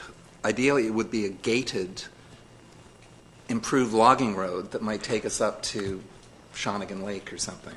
But it would be gated and only utilized in times of dire emergency. And I don't know whether a 3-hour wait on Sooke Road is a dire emergency. So anyway, having finished my riffing, are you done? So in part, the province is looking at the entire South Island and how to move transportation, but there has been concerns that have come from residents about accessing through the watershed, through parkland, through park reserve land and the like. So should the province respond to that, then they have to look at what is outside of that. And so there's just a lot that we don't know right now. Councillor Parkinson, what was that it? Is that good? Okay, that council directs staff to set up a meeting between the mayor and the MLA, John Horgan, regarding the proposed highway realignment in North Sooke. And then and maybe just add and to also send a letter outlining concerns that were presented at tonight's council meeting. And we can add some more to that. The letter will happen faster than my meeting, so, because it's been a couple weeks, so. The follow-up letter addressing concerns. I would say maybe raised at the meeting because we can't address them. Sorry, Ms. Royer-Collard. Okay. At the regular council meeting of blah, blah, blah. Okay? We're all good with that? Just some minor adjustments. Okay, I'll call the question then. All those in favor? Opposed? Yeah, there's a realignment. Yeah, we got that typo. Yeah, we'll fix that stuff. It was just realignment. Yeah. Okay. Thank you. You're welcome. Okay, so carrying on into tonight's agenda, we have 8.1 is some unfinished business from the last meeting, and this is a motion here that it was postponed, so tonight it would be that council declare a climate emergency in the district of Sooke. So this motion has already been made by Councillor St. Pierre and seconded by Councillor Bateman, and then we just wanted some time to reflect on this, so it's here in front of us tonight, and I will turn to the mover and seconder of this first so you can speak to it. So starting with Councillor St. Pierre, then Bateman, please. Thank you very much, Your Honor. Worship. Worship. Should worship. So this follows on a CRD declaration of climate emergency, and I think that the letter that they sent to the district actually should be read pretty much word for word, just so that everybody knows what we're dealing with, because it was actually very well crafted. So at its February 13th, 2019 meeting, the CRD board unanimously passed a motion to declare a climate emergency and assume a leadership role to work towards achieving carbon neutrality in the region by 2030. The board also acknowledged that efforts to accelerate climate adaptation efforts are imperative. To show a cohesive voice and further support a regional collaborative approach to climate action, the CRD board is asking that all local governments, that includes us of course, within the capital region declare a climate emergency and work towards achieving carbon neutrality in the municipalities and electoral areas by 2030. The impetus for this was An October 2018 report from the Intergovernmental Panel on Climate Change noted that limiting global emissions to 1.5 degrees Celsius is required to avoid catastrophic impacts, and is possible with ambitious action from all parts of society, including local governments. The CRD acknowledges the leadership and actions within the region to date, but that local governments need to continue to inform, influence, and accelerate climate action efforts. The CRD itself, a lot of people have wondered, what does it mean to declare a climate emergency? This is what the CRD is doing immediately. Has embedded the declaration and leadership intentions to greatly accelerate greenhouse gas emission reductions in the 2019 and 2022 CRD Board strategic priorities. It submitted a proposal to the 1 Million Pacific Institute Climate Solutions Theme Partnership Program to better understand how to achieve regional carbon neutrality by 2030. It's in the process of advocating to the federal and provincial governments to assert the CRD's support for accelerated climate action and asking for additional support for the region and its local governments. More resources are needed. It's considering immediate opportunities within existing services. So by and large, most of this stuff is all things we can do as well. Using the board priorities as a guide, the CRD will now develop a corporate plan that will inform individual service and budget plans for the next 4 years, including forthcoming strategies related to climate emergency declaration. So that's the nut of it. There's a concluding paragraph, which I won't read at this point in time. This is something that I think all of us have been waiting for, and is essentially a call to action. So for a long time, we've been talking about raising awareness and trying to convince people it's happening. Now we have intergovernmental panels coming from way on high saying it's real, it's happening, and if we keep on letting it happen, it's catastrophic. People often wonder, what is mitigation, what is adaptation? Adaptation means it's already happening, it's going to keep on happening, and we have to find ways to cope with agricultural systems under stress, flooding, hurricanes, who knows what, wildfires for sure. So adaptation, that's that piece. The municipality has a place to play in making sure that people are safe and secure while our climate keeps on getting hotter. So that's something we have to do. And mitigation is basically we have to reduce our carbon as quickly as we possibly can. Honestly, as far as I'm concerned, well below the 45% they're asking for. But that's just so we can slow it down. And I'm not saying we can stop it or reverse it, but we absolutely need, for our kids and for our future, to make this happen as soon as possible. So mitigation, that's trying to stop it or slow it down. And that's because a lot of people are just confused by all this. A lot of fancy words thrown out, and it's not that fancy. One final word. The IPCC report specifically advises that pathways limiting global warming to 1.5 degrees Celsius would require rapid and far-reaching transitions in energy, land, urban, and infrastructure, including transportation and buildings, and industrial systems in order to achieve 45% greenhouse gas emission reductions by 2030 and net zero later in the century. That's what they have to say. These are government panel scientists from the UN and such. This is status quo stuff. Now, I think what we need to do also is inject hope. I think we have to realize that as we move forward, we can actually have potentially less commuting, more local economic development, more affordable housing, keep people in Sooke, make Sooke beautiful, higher quality of life, less stress. It sounds idealistic, but in some ways it's the only thing that's going to save us. The only thing we have to ask ourselves is, can we actually stop commuting because it's so much fun?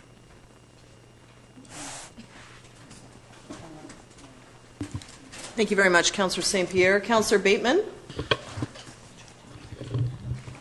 Okay, so, I appeared here in 2017 with Marion Pape of the BC Sustainable Energy Association, and that was to promote the idea of the BCSEA's 100% renewable by 2050 campaign.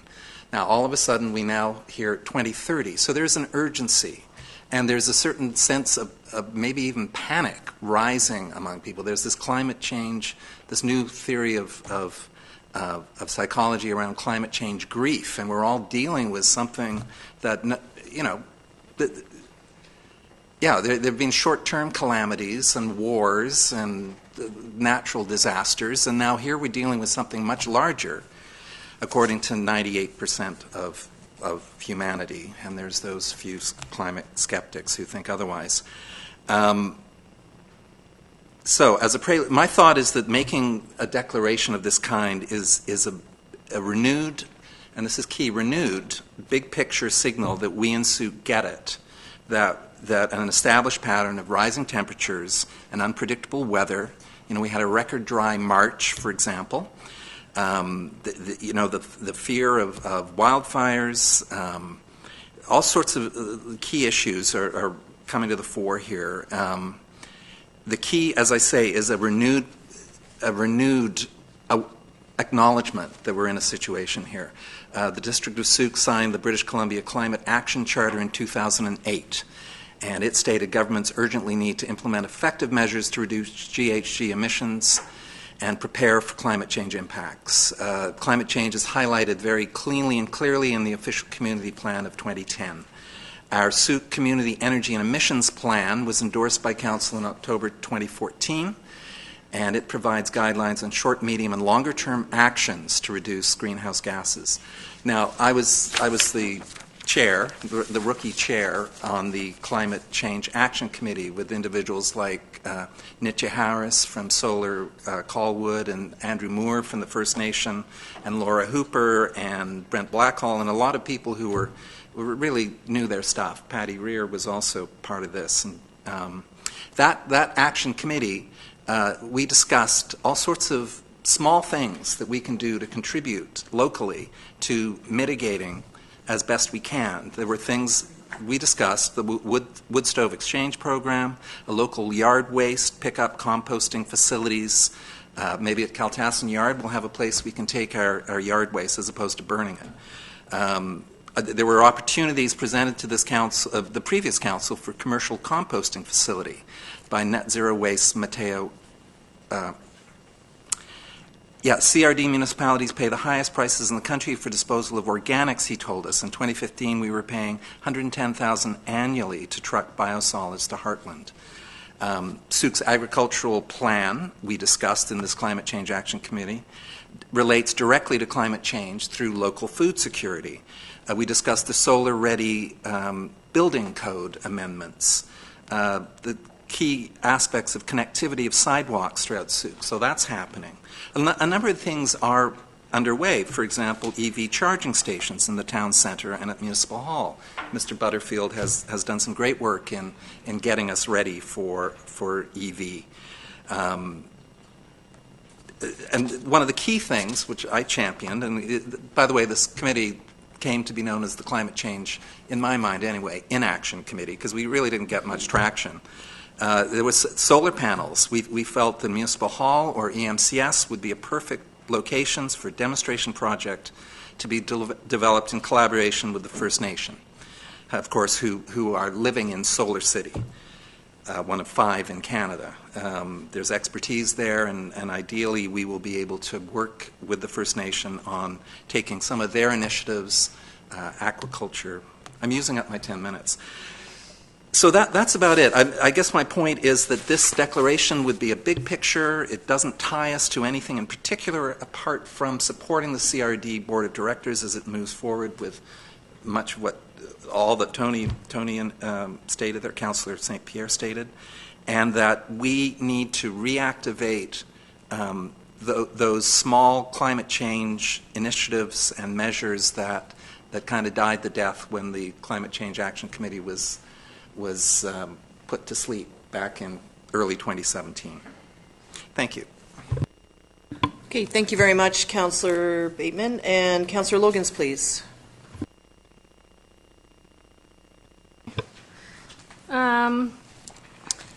I'm very grateful that this was brought forward. Thank you, Councillor St. Pierre.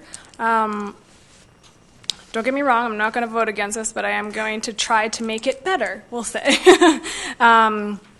Because I think that this statement as is pointless without a call to action, and I don't think it's a call to action in itself because there are no actions actually associated with it. So there's no direction to push us forward. We don't even have wording such as Councillor Bateman stated that says by supporting the CRD's call to climate action emergency. Even if we had something like that, that would be probably a friendly amendment that would help. Or we could even say by making climate considerations a top priority during decision making or in our strategic planning process, or perhaps even say by reactivating the Climate Change Action Committee. Those are tangible, big picture options that we could add to this to actually make it a direction to council instead of just a statement. Would you like to make that amendment?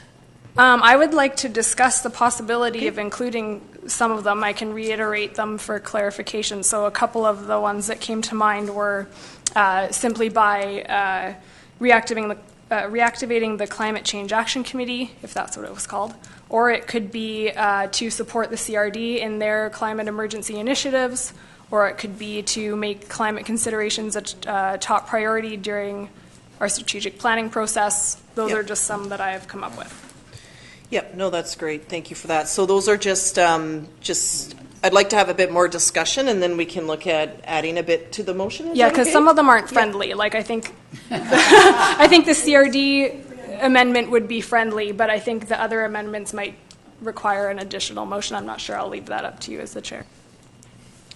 Yep, no, that's great. Councillor Parkinson, then McMath, please. Along the same lines, I would need to see a plan in place and what the district is planning on doing. So we have to have it outlined for us. I was wondering if you worked on a plan during the strategic planning session and whether that was discussed during that time, because that's where it should come from, and then we would know what we're doing, where we're going, what we already have, because there are so many great things that are going on here, right? So we have the listing of all that. I agree to mitigate the destruction that's taking place, but I think that we need to have all things in place. So I would like to make a motion. No, I can't. But I would like to add to the motion that we, the district assumes a leadership role to work towards achieving the carbon neutrality in the region by 2020. 2020? Or 2030, sorry. Excuse me. That's ambitious. I know. Whatever. 2030. Yeah. Which is the same as the CRD. Yeah. It's the CRD one, and you second that motion, right? I did. So what I would like to do is just have a bit discussion, and then we can look at making some amendments. It all falls into place. Councillor McMath? Yeah, a little. My tongue went. I just want to say, Councillor Loggins made a list of we could do this or that, but I think we could do all of it. Yes. Mm-hmm. That's it. Yep. So I'm inserting myself in the speaking. Ms. Bichetta? Thank you, Your Worship. Can I just ask Councillor Parkinson to repeat that? Oh, I just erased it.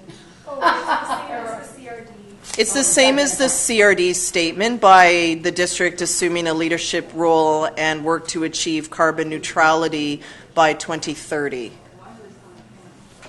2020 is not anything's doable, but that's like next year. All right. Yeah. Perfect. So just a few points. So when I first was on council, I put a notice of motion and formed what was the district's green team back in the day, and that was in 2009, I believe. And it was a committee that moved a little bit, and then it's sort of, with the OCP, then a lot of those sort of initiatives took over. And then really liked the climate committee that we had formed, because I felt that the conversation went silent. It was sort of a buzzword at the time, and there was a lot of movement, a lot of different things happening, and then it all went away. Meanwhile, we're dealing with wildfires every season, and when that happens, even last summer, it was very difficult to breathe here. Even myself, I don't have a health issue, but for those that do, it was a struggle to be outside, and I know that we have people that live outside because they have no option. They have no way to go inside, and that is their reality. And then we opened our doors to other residents of BC that had to flee their towns because of wildfire and flooding, and we welcome them here if so needed. But I think there's I like what both Councillor Bateman and St. Pierre had said, because what you said was optimistic, because to me I felt that there was no hope at all, right? But when you say things about clean, safe, and beautiful community is the end result, local economic development, great jobs, affordable housing, food security, sidewalks and trails, those are all great things that I think we should strive for.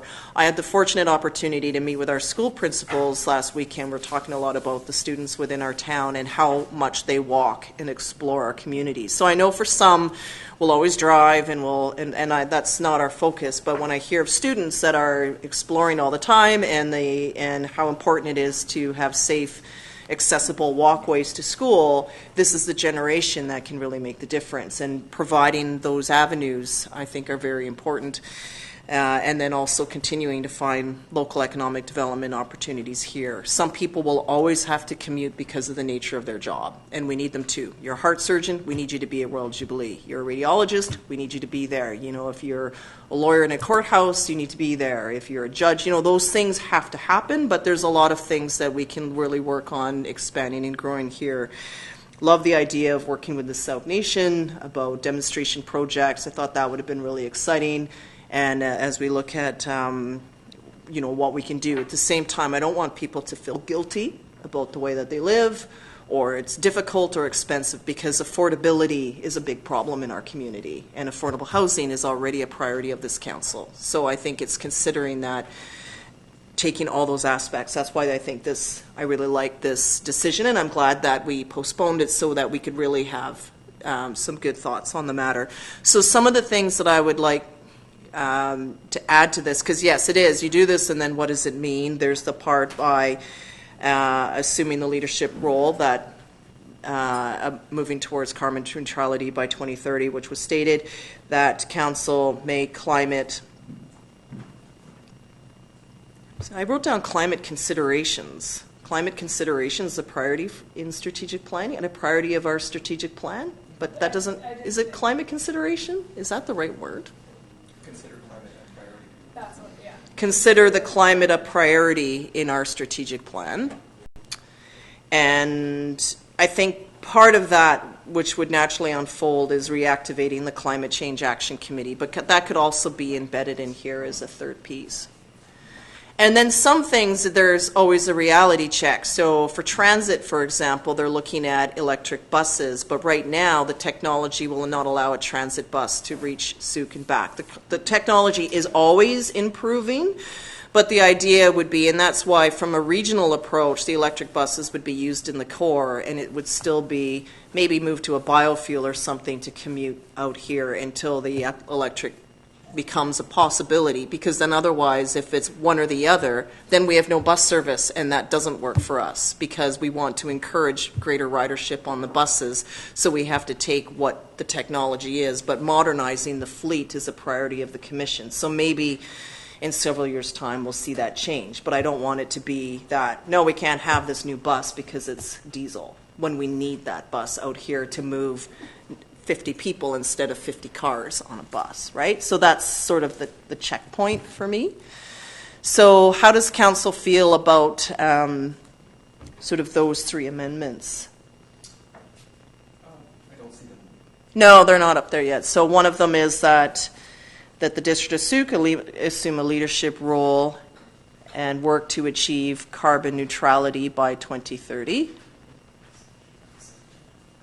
Ms. Machetta? Thank you, Your Worship. I don't think that's a friendly amendment. Okay, I think we need a separate amendment. So we'll do this motion then, and then look. It's just, this is where, in terms of some of the councillors said that this feels incomplete, like we need another part to this. No, we would do an amendment to add those three things and then reconsider the motion as a whole at the end. Okay, so the amendment would be to add those three things. One of them is the carbon neutrality, that climate be a priority for our strategic planning, and by reactivating the Climate Change Action Committee. So those would be the three amendments that I would suggest we add to this. Councillor St. Pierre? I would suggest that we be sure that we're not limiting ourselves in that way, but I don't think we are. No, because the committee will come up with other options for us. It's just to get that work moving again. Perfect. This is a phrase that I'm getting to like a lot, and I think that the perfect cannot be the enemy of the good. I think that in this particular case, we need to move forward. Yeah. And I think there's always time for Leonard Cohen. So, Anthem, forget your perfect offering. There's a crack in everything. That's how the light gets in. And we've got to find those cracks, and we've got to move. So I think my only change here is that we don't consider climate a priority. It is that climate be a priority in our strategic plan. Because otherwise, That was the intent. yeah. That our climate be a priority in the strategic plan. Nice. Okay. So is someone prepared to move that as an amendment? Councillor McMath is moving it, and it's seconded by Councillor St. Pierre. So that is the amendments that are there to the main motion. So any comments on the amendments? Councillor Bateman? Can we be... District of Sooke aspires to be carbon neutral by Yeah. 2030? Because I think they use you don't want to set too rigid a... assume a leadership role Ah. to work towards achieving carbon neutrality in the region by 2030. Excellent. Say Well, that out theory. loud. Yeah. It's the same one, but this is fine as well, is it not? District of Sooke aspire to be carbon neutral by 2030? Is that okay? Yes. Okay. Other comments on the amendments? We might have a comment for Chief Mount if he's wanting to.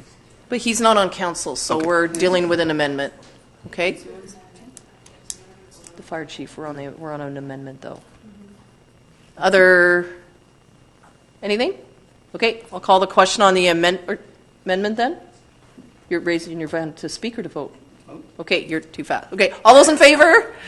Opposed? That's carried unanimously. And then we have the main motion as amended. Now, is there anything further from council? And just to say that the committee forms will come up with some great ideas that we can work. So I don't want to put it all in this motion because it would be really long. Then it would be limiting. Councillor Bateman? Microphone. Microphone. Climate Change Action Committee. Yeah, Climate Change Action Just to Committee. be- Thank you. Thanks. Okay? Good. All right. I'll call the question on the amended motion then. All those in favor? Opposed? Is carried unanimously. Okay, great. Thank you, everyone.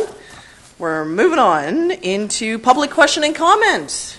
So this is for any item on tonight's agenda except for the public hearing because that's closed.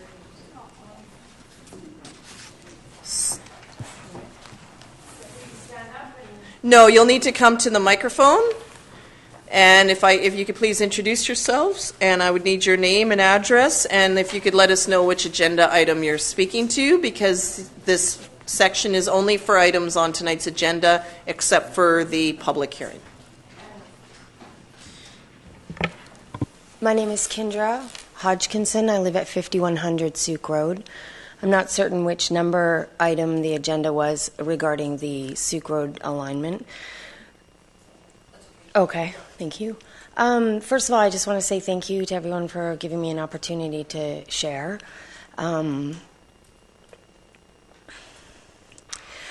The fact that we have a well that will be affected, I hear tonight people talking about the climate change. If you think about adding 4 lanes with a divided highway, I don't live right in Sooke, but I do see the things on Facebook about people who've had to wait. So you're talking about 2 years of the entire city of Sooke moving back and forth and sitting idling while there's construction on that road. That doesn't sound very climate friendly to me. I think a bike lane would be way better for our climate. I'd also like to speak to, the well, we will be impacted. Our well will be impacted. Our septic field will be impacted. I think that's something that we need addressed. I also, I wanted to talk about the emergency response.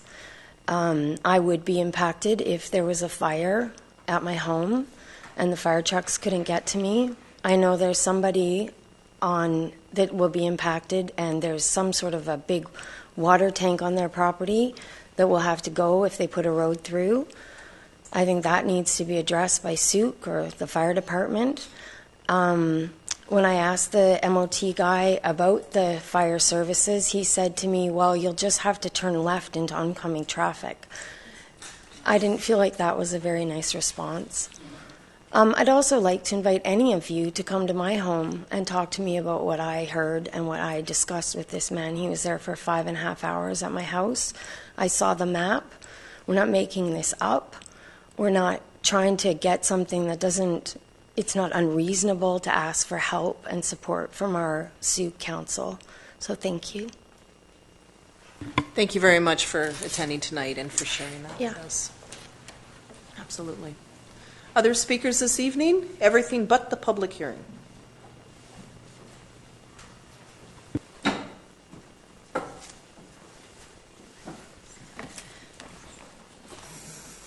Hello, I'm Ann Clement, 6683 Horn Road. I live in Harborside Co-housing. Thank you for this opportunity. I'd like to talk about climate emergency. I really appreciate the action that you're taking to move us in this direction, and I'd like to suggest that we all act together and do more than sign a declaration, that we actually start plans so that citizens in Sooke know what we're working on, that council provides some kind of leadership and focus for us so that we can take things one step at a time. I think that's where hope comes from when we see progress, when we celebrate what we have done, and that we come together, because that's what an emergency is. It's like when the house is on fire, it's like we're at war. We know what we need to do. We work hard. We make sacrifices, and we pay attention so that we could. I would love it if we could ask anyone in Sooke, what are we doing? And they say, this is what we're working on now. We're banning plastic bags, something like that, so that it impacts every member of the community. Says, when I go to the store, I know that I need to take a bag. That's a reminder. It's emblematic. It's symbolic of what we need to do. So that council at every occasion, you say, how does this, what we choose, impact our response to climate crisis? It's not climate change. It's climate crisis. It's climate emergency. So that every decision that you make, you look through this lens, that we look through it together, that we here in the community groups and individuals can work together. And that's where the leadership that you provide helps bring us together in this war that we're now raging. So I'm calling us to the passion of reacting to an emergency. Thank you. Thank you very much. I can share that at Sukarama, one of the items we're handing out to kids is reusable, washable straws. So we had that in mind when we were planning on what we would hand out. I think it's kind of, right? You know, I mean, it's just small. I like when it's small things. It's like putting your earthquake kit together, and every day you can add something to it, and then you have it all done in 30 days. Theoretically. Other speakers tonight?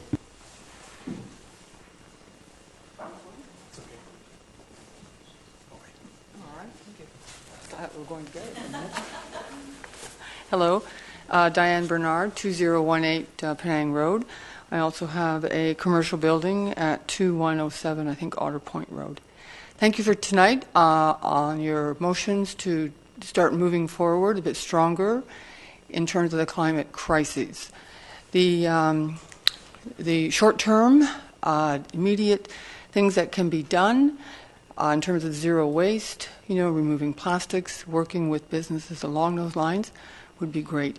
I also like to suggest, I'm not sure, is this committee going to be open to public members? Or we would need, once the terms of reference come, we would be putting out a call for... So in terms of the terms of reference, I would like to add that if you're looking at aspiring, which I think is a little bit washy, but if you're going to reach 2030 and have us as a zero waste town, then we need to be looking at benchmarks along every few years that we should be accomplishing so that at 2030 we are like, we're there.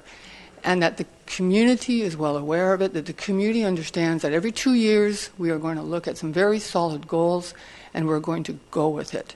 And we involve the Chamber of Commerce, we involve, the businesses, we involve the residents. But it's also important for the council that it can't be just done by ourselves. I must say I'm so tired of being told that we face a climate crisis because I didn't recycle enough. We really have to take stronger steps, in working with the next level of governments and in working with the bigger picture as well. So we have our little municipality boundaries, but we also have the outer areas. We have these fabulous forests. These are all things that are technically not right inside the municipality, but they contribute to the safety of our lives in terms of the climate crisis. So in terms of those types of terms of references, I would like you to consider that as well. And thank you very much for such a spontaneous discussion going on around this. Okay. Thank you, Ms. Bernard. I will share that since the Capital Regional District Board has also taken on this initiative, that's where we're a part of working with our neighbors, so that helps set that stage. Yes. Other members of the public? Good evening, Your Worship. Eric Boucher, 1900 Connie Road. We were very pleased to see the motion regarding declaring a climate emergency and the proactive steps that Council will take to deal with this. But to some degree also there's consideration, think global, act local. And certainly our highway infrastructure ties into that very closely, and we've spoken at length this evening. And we know that more than 70% of the people that use the road are using it to commute in and out of Victoria. So clearly a solution that addresses one of the major climate change impacts in our community is directly related to that, and that has to be hoisted on board. And I know there's some discussion going on about how to raise our public awareness of public transportation and how that's going to be dealt, but clearly that needs to become much more focused because something has to change. But I also can't help but notice that Council recently approved or supported an application to put a new drive-through Tim Hortons in town. And here's a business with a business model that involves people sitting in their vehicles, idling while they wait to get a cup of coffee. And that clearly isn't compatible with the way we need to be going. And not to say that they shouldn't be allowed to conduct their business, but maybe this is the time to start talking to businesses with a business model that's not compatible with the way our community wants to go, that it's time for them, just as we would with smokers or cannabis shops or something like that they have to mitigate their impacts. Well, if you have a business model that involves people sitting in their cars and idling for more than 30 seconds, which is, there's that Idle Free BC campaign and so forth, well, that's not compatible with where our community wants to go in future. And they need to be part of the solution and come up with alternate plans to not be contributing to that sort of impact. So I offer that for your consideration as an opportunity to act locally to address those sort of concerns too. Thank you. Thank you, Mr. Boucher. Other comments from members of the public tonight?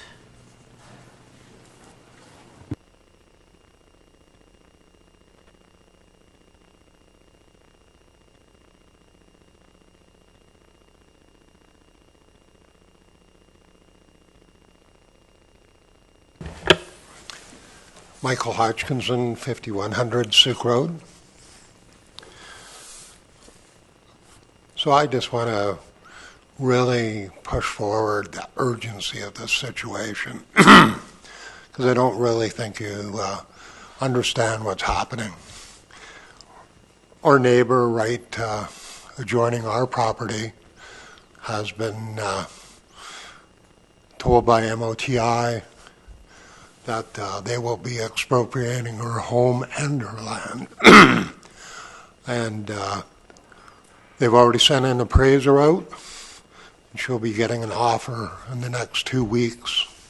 She'll have 30 days to consider that. Then they'll start expropriation. So this is a very urgent matter.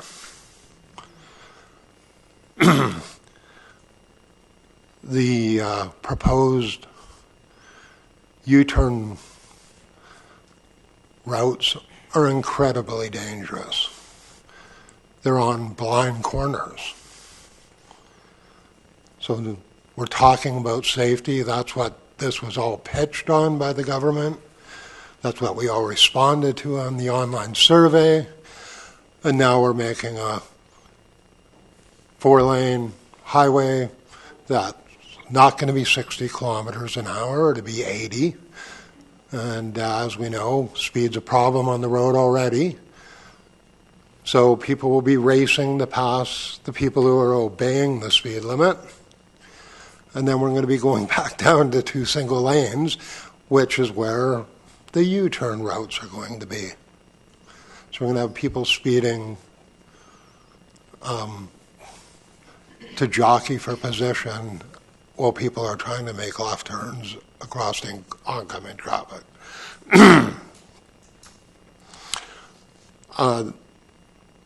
The other thing as well is for us, we do have a proven well, and the highway is going to go, there's actually 2 wells side by side. The highway is going to go right over top of those. MOTI makes lots of promises, but when you read the facts about what they're really responsible to do, they claim they'll give us triple pane windows, soundproof siding, sound barriers, all those things. That's what they tell you when they come to talk to you. But when you read about it and do some more research, you find out it's only if their studies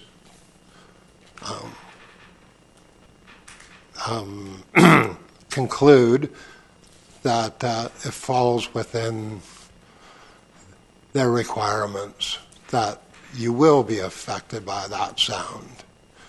So I see my 2 minutes are up. Thanks for your time. Thank you, Mr. Atkinson. Anyone else tonight?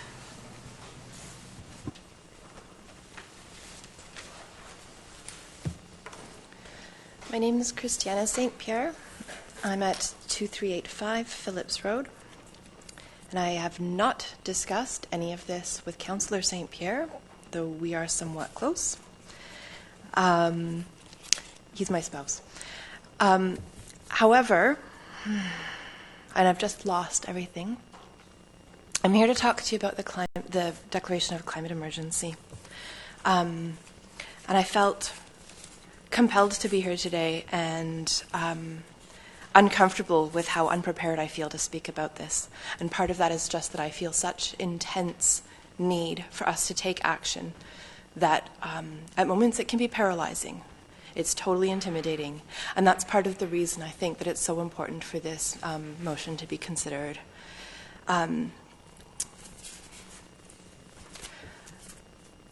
Because I was afraid I wouldn't have my own words, I've got a few other people's words to share with you.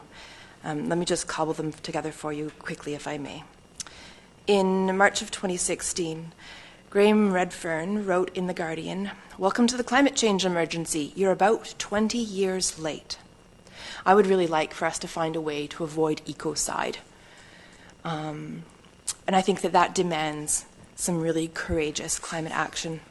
There was talk about, and thank you to some of the other members of the public who talked about the need for us to create a climate where we can take action together, where it becomes natural in our community for our neighbors to know what actions we're taking together collectively.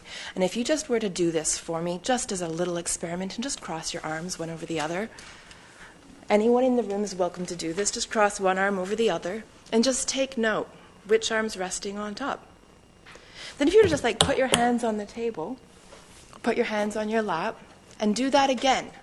Cross your arms together and see what happens. Is it the same arm that's on top? Habits are so easy to form as humans. It takes effort to change our habits, even if it's as simple as crossing our arms the other way. In order for us to make any kind of movement, we need to take action. James Morton is a psychologist who wrote that humans are basically herd animals, and part of how we judge whether something is an emergency is by looking and seeing at what our leaders are doing. The leaders of our community are sitting before me, and I'm so grateful for the hard work that you're doing for us. I know that the report to the CRD Parks and Environment Committee in January of 2019 repeated the message that a key responsibility of local government in BC, in the Section 7D of the Community Charter, preaching to you know this, maybe not everyone in our community knows this, that it is to foster the economic, social, and environmental well-being of its community. Taking serious climate action is the best long-term way to protect and enhance the well-being of our residents economically, socially, and environmentally. So we need to forget that the task of planet saving is not possible in the time that we have, or even necessarily with the technology we have at the moment. Paul Hawkins says that we need to do what needs to be done. I'm sorry, but your time is up, and we need to move on in the agenda. Thank you. But feel free to email those quotes to us. I sure will. Okay. Sorry. Thank you.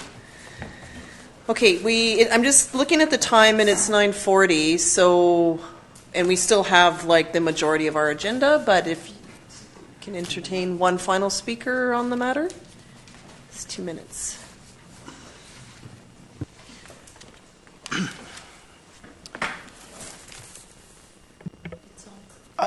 Hello.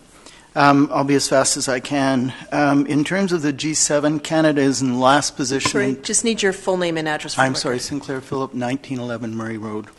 In terms of the G7, we're at the back of the pack in terms of doing anything about climate change in this country. We're a country that is not acting and doesn't care. We have the fourth highest emissions per capita in the world at 4.8 worlds.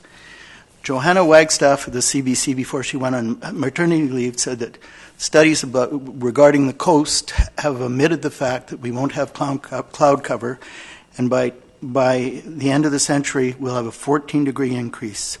Gwynne Dyer predicts 6, George Monbiot between 5 and 6. We're already in the midst of runaway climate change. We specifically need to address these issues in our community rather than just vague declarations about motherhood. We should be promoting local agriculture. 28% of transportation on the highways is related to food transportation, so we need to be promoting local agriculture. We need to promote local food production, and by world standards, that means within 50 kilometers. We are already predicting massive food shortages in the near term. It's something we need to rebuild the Southern Vancouver Island agriculture. We need to find ways, even though Diane Bernard said very clearly that we need to reach out to other levels of government and beyond the community, and we clearly need to do this. We need to discourage red meat consumption. 15% of greenhouse gases across the world, or between 13 and 18, are due to red meat consumption, and we need to stop eating beef, and we need, as a community, to. I realize I'm out of time.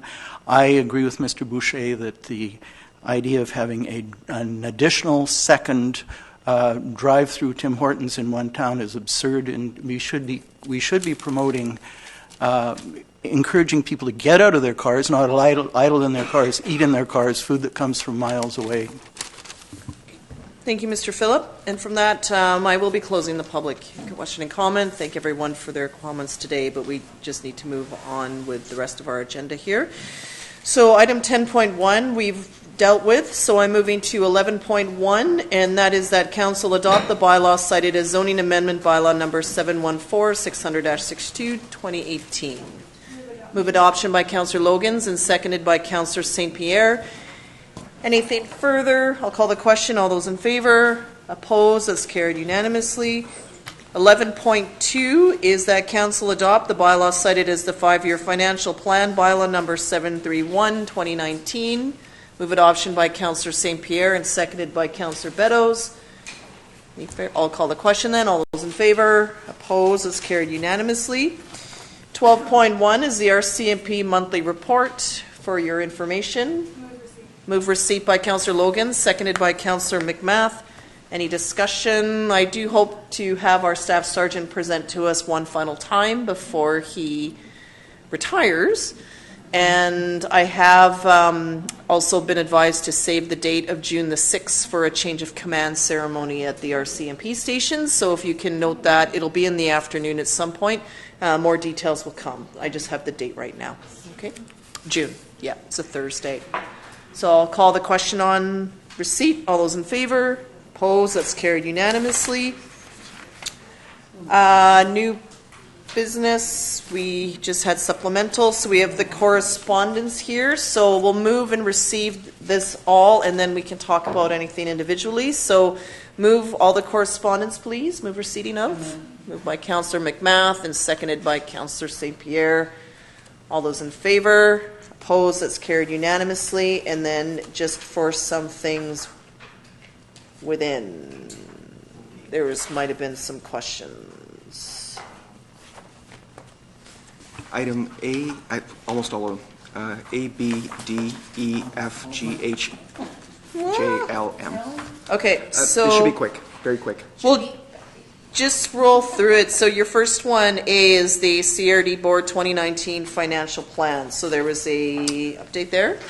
Actually, I think you already addressed that previously. That was the question on the 50% where the revenue was coming from. Yep. So on my other iPad, there's some information on the CRD budget, and I'll forward that to all of council. It's all public, but it might be faster if I just sent it to you. Okay. Next is an email regarding rural internet. Is there anything there? Yes, there seemed to be some good information about the difference between 5G and actually running fiber optic cable. Mm-hmm. And basically, it seems that, although I wasn't able to follow up on the links, that the fiber optic cable is much better in terms of community, in terms of actually protecting ourselves, in terms of lower emissions and just having control over the network, potentially. Whereas the 5G is more profitable to telecom, but not necessarily great for us. I was wondering if there was actually a resolution at the UBCM or the FCM level around municipalities being able to push for fiber optic as opposed to just taking the 5G. You'll need to check about that specifically. The advocacy effort to date is just about getting everyone connected. Okay. So in terms of the actual difference, I don't think that there's anything there, but it's something that you may want to check the FCM website. FCM? Yeah, because it's being pushed out by, it's an advocacy piece coming from FCM to the federal government. Okay, FCM. Yep. Okay, and we have, I will speak to the Legion. So you'll see there's an invitation here for us to participate in the ceremony and parade. So that is right from the community hall. It's much shorter. On Sunday, May the 5th. It's not all the way from the Evergreen Mall. So the location changed last year.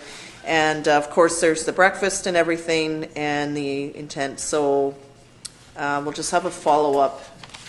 If you can let me know that you'll be there, but anyone will be there, and we can just gather and do that together.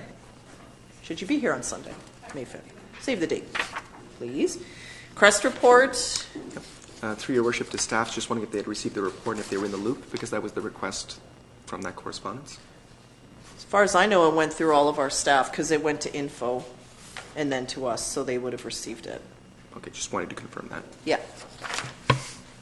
Councillor Bateman, did you have a comment? Yeah, on Crest? I noted in that Crest report that, or the Crest correspondence, Gordy Logan offered to provide a short Crest update in person to council and or committee of the whole. So I think we should invite him to offer that Crest. Okay. Because I'm confused about it. Sure. No, I think that's a good idea. So I'd like a motion then from Councillor Bateman that council directs staff to invite Gordy Logan, Chair of Crest, to present and provide an update at an upcoming meeting. So moved. Moved by Councillor Bateman, seconded by Councillor McMath. Anything further? And then we can all be on the loop with that. Crest is your Crest, right? Mm-hmm. Okay, perfect. All those in favor? Opposed? Is carried unanimously. We have an email here from the Sooke Economic Development Group on Highway 14. We have... Okay, that one was more or less covered, I think, by our delegation. People, our delegation. Yep. Next is a This is an endorsement from, this is likely going to be a UBCM resolution about graduated licensing program for motorcycles. Okay. We have a letter from Lee Boyko regarding the budget, so some very good points there. We are in the midst of crafting our tax insert, so that perhaps could be some points of clarity that we can include in the language that gets mailed out. So appreciate that from Mr. Boyko. District of Metchosin Regional Vegetation Strategy. Yes, are we participating? I think that the CRD is covering that. I don't recall if... I'm staring at the fire chief. I think we are. Yeah. Yes. Cool. And Sherry Thompson and the Sooke Shelter, a nice thank you letter, which is nice. We have more notes here from Kathy Peters on human trafficking in BC.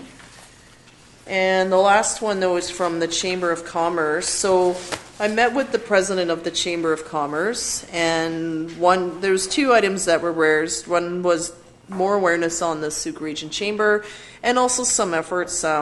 We talked a bit about business licenses, and there is some way to offer a discount to Chamber or even CERTA members. And so when we receive our report on business licenses, I think that'll be a good time to have that conversation.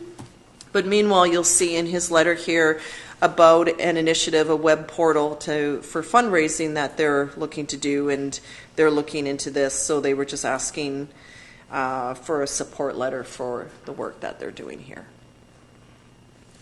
Okay. So would someone like to, then they have sort of their examples of what they're going to do. So move that staff write a letter of support to the Chamber of Commerce? Yep, that we direct staff to write a letter of support for the web portal for the Sooke Region Chamber of Commerce initiative. Now I can't. See, this is why I hate writing and talking. I can't multi-think. Right. But that council directs staff to provide a support letter to the Sooke Region Chamber of Commerce for their web portal donation initiative. Beautiful. Good. All right. By Councillor St. Pierre and seconded by Councillor McMath. And perhaps when they get rolling, we can. The chamber has been invited to our stakeholder session, and we can look for an update from them when they're a bit sorted there. Okay. So I'll call a question. All those in favor, opposed, motion is carried. And I think that was it for correspondence. So we have a council and CAO verbal reports. Councillor Logans? I just have a really quick one that I went to the State of Salmon event at Edward Milne last week, I think it was, and it was very informative for someone like myself who knows nothing really about salmon or fish. I like to eat it. That's all I know. But a couple of points that were brought up were that the province really needs to implement the BC Climate Action Plan for salmon. Didn't know such a plan existed, but it's existed since 2008, I want to say, off the top of my head. But it's been around for quite some time, and it hasn't been enacted, so now's the time to do it, and perhaps that's something we could ask for now that we're putting climate first. It was interesting. I always thought of hatcheries as a good thing, and I think that was the consensus at the event. However, I didn't know that a lot of people don't think hatcheries are good things. That was a surprise to me, so that was interesting to learn. But the speaker presented that going forward there was a lot of opportunity for hatcheries to do research that will help the survival rates of the fish they release, because I think it was our hatchery they were talking about that released 20 million fish last year, and less than half of them survived, and that's kind of how it goes in that line of work. But the D&E research would help the survival rates increase because it would increase the genetic diversity. I guess they have a lot more power over the genetic diversity of the fish that are born in hatcheries, so that was really interesting to hear. Anyway, that's all I have. Thank you, Councillor Logans. And I was sitting next to Councillor at that event, and what I learned with the hatcheries is that it could be the survival is because there's brother and sister fish mating, and so now, that's where now they can actually do DNA testing, and then they can increase the breeding, and that would result into a healthier fish. So I thought that science was quite interesting, because if they're always selecting from the same females, it's the fish are crossbred. I never thought of that.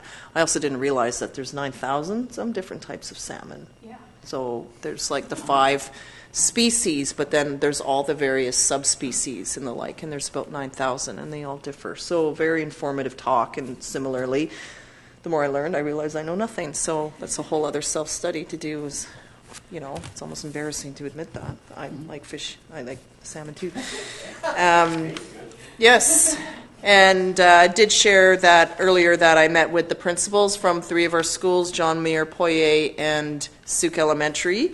And the Sooke Elementary, very excited that the stairs to Cairns Park are nearly complete. So we're looking to have a ribbon cutting there. There's a lot of, like I said, the students spend a lot of time outside, outdoor classrooms that go down and into that environment.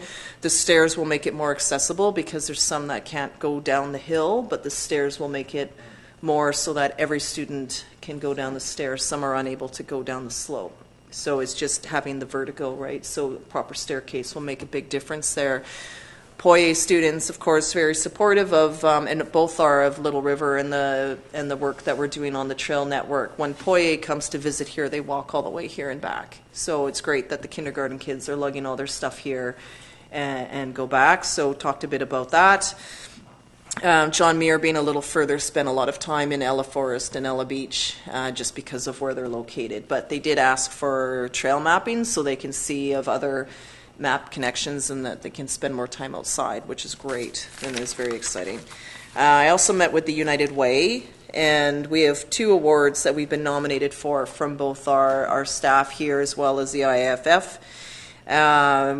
What I didn't realize is that about $120,000 worth of grants have come into Sooke this year already on various projects. So that's really exciting, and they talked a bit more about the work that is happening there, so that's great. I also met with the Nature Trails Society and talked just about some of the trail work that's been happening in Harborview and some ideas there. And also what came up is the person I spoke with had been ticketed for dogs, something that someone I know in our audience is also on. So it just reminds me to follow up with the CRD on the dog policy in general, you know, because it's not working. And then I think we're off to AVICC, Association of Vancouver Island Coastal Communities, held in Powell River. We're carpooling, so that's good. Apparently it only takes 4 hours to get there, as opposed to my forecast of 6. But I'm not driving, and they're not speeding, so that would seem a bit more accurate. So I look forward to that. And that's sort of it. I think there'll be more highlights on some, and I also met with some former counselors just to get some clarity, and it's always good to talk to some people that have served before and just to tap into some of their intel that they have, and also some priorities that they had in time that we're now starting to pick up again, which is great.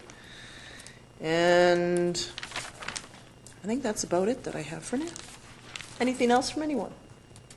Miss Councillor St. Pierre. I was at the CRD Intermunicipal Climate Action Task Force. We had reports back from staff on a large number of initiatives that were happening. Some of the more interesting ones were actually some subsidies and rebates around heat pumps, something very interesting. There's also use by the Saanich Council of local improvement taxes to actually remove oil tanks from properties. They have about 1,300 of them that are creating an environmental hazard. It's too expensive for the property owner to switch over to heat pumps or to make this shift. So they're using local improvement taxes, which are a wonderful mechanism that I was learning about from our interim CAO. And that'll be interesting to talk about that in the future. Clean Air BC people from the province came down, and they talked a great deal about, the plans in that direction. It looks like the province is definitely moving in that direction. I don't know if it's ambitious enough, simply because there's so much to do, but it's wonderful that they're actually on site as well. So that was that particular meeting. The Sooke Regional Historical Society had its retreat on Saturday, and I attended that one. That was a good opportunity to see. It seems to be a very well-run organization on a good, solid footing. They're making solid plans in terms of strategic planning. Of interest to the municipality and district is that they're interested in looking at the Phillips Road intersection as essentially another one of those doors into the community. One of the first things people note about Sooke, see about Sooke, and really putting some energy into working with other stakeholders to improve the overall look of that corner. So that'll be interesting to see what comes out of what they're doing, and that they're also very interested in making sure that they continue having parking along Phillips Road and not having it taken away with a sidewalk or whatever, because then they wouldn't have any parking and wouldn't have a night market or anything else. So that was that. I also met with Chief Mount to discuss what a climate emergency might mean, and that was a very interesting conversation as well. It seems that one of the things that might come out of that is that if we actually had a climate event that constituted an emergency, having it declared as a climate emergency might allow us to get a task number and actually tap into provincial funds to help pay for things. And I think Chief Mount would probably want to correct me on a whole bunch of stuff, but that's the general gist I got. But it seems like it's a useful thing to have done just on that sort of thing. And that's what I got. I think more will come from the committee, and those opportunities will come. It's the same as the FCM, as the Green Municipal Fund. Like, there's other grant opportunities that are available and out there. We just have to position ourselves to apply for them. Councillor Bateman. Okay, I went to the Wild Ark Open House. There's a number of other councillors from the CRD. This was after the public open house. All the animals were shell-shocked, so we didn't see any animals from the weekend before. But I did learn a few things. There were 2,800 residents last year, 70% of them birds, 25% mammals, and a few lizards and snakes and reptiles. And they have an $800,000 annual budget, 50% of it funded by SPCA, and staff were quick to thank everyone who from the Sooke region who were volunteering. They have a real major volunteer contingent, and also our local grocery stores who deliver leafy roughage and dog and cat food for the clientele. I also attended the CRD Parks and Environment committee meeting, and I was sworn in as Mayor Tait's alternative for the short term. I met with Al Jones of the Age Friendly Committee to fine-tune the next stage in lobbying efforts with Premier Horgan to secure opportunities for Sooke seniors to get their driver tests, either here or in Langford. Attended the first rehearsal for Sooke Talks number 3, which is taking place on May 3rd at EMCS, and our speakers will include Chief Planis. David Mallett will discuss his Acadian roots. Clinical Counselor Kimberly Anderson will talk about her facing her fears and doing it anyway, speaking of climate change, and others. So that's a wonderful fundraiser for the EMCS Community Theatre, which, as you know, is seeking money to replace its seats, lighting, sound upgrades. And I could go on, but I can't go on. So thank you. Councillor McMath. I went to the Sooke Regional Tourism Association's AGM. They had a wonderful collection of the Sooke Chamber of Commerce, which is now participating, and vice versa. So they're working together to strengthen their groups. There were many new members to represent and join the board, and one of the top items that was discussed was the MRDT coming forward. So it's the Municipal Regional District Tax. Basically, it's a hotel tax, and it doesn't go to the hotel or the accommodation provider. It goes to the guests that's staying. We are one of the only municipalities that doesn't have that, and the potential revenue that would bring forward to go into promoting and branding Sooke would be about $250,000 per year. So that will be coming forward. They're working with a company to basically bring forward an information session to the community as well as accommodation providers. It will go to a vote, and once the vote goes through, if it's successful, then ideally the Sooke Regional Tourism Association would be directing the $250,000 towards Sooke, back into Sooke. So exciting. Anything else? Okay, so to our CAO, any reports? Not this evening, Your Worship. Okay, thank you. Okay, so our next item is a notice of motion from Councillor Parkinson, and that is that Council recognize the efforts of Judith Ann Gatto for her contribution to the community for the 25 years in organizing the Sooke Canada Day celebrations by providing and presenting a plaque with funding to come from Council contingency. So this then will be debated at our next regular meeting. It's here for notice. I did add another item of 18 community events, i.e. Rotary Auction Dinner. So a number of community events, come up that that it would be wonderful for us to attend and show support for, because I think they're important. As of now, we buy our own tickets and go, if we can. And so sometimes it tends to add up a little bit, or you have to pick and choose what you want to go to. And so I think the Sooke Rotary does a phenomenal job. If they were to give us tickets, it would be gifting. It would be putting us into conflict of interest. We wouldn't be able to accept it. So firstly, I'd like to know if council is interested in attending, and if so, would council consider the ticket purchase from contingency fund for those that are available to go?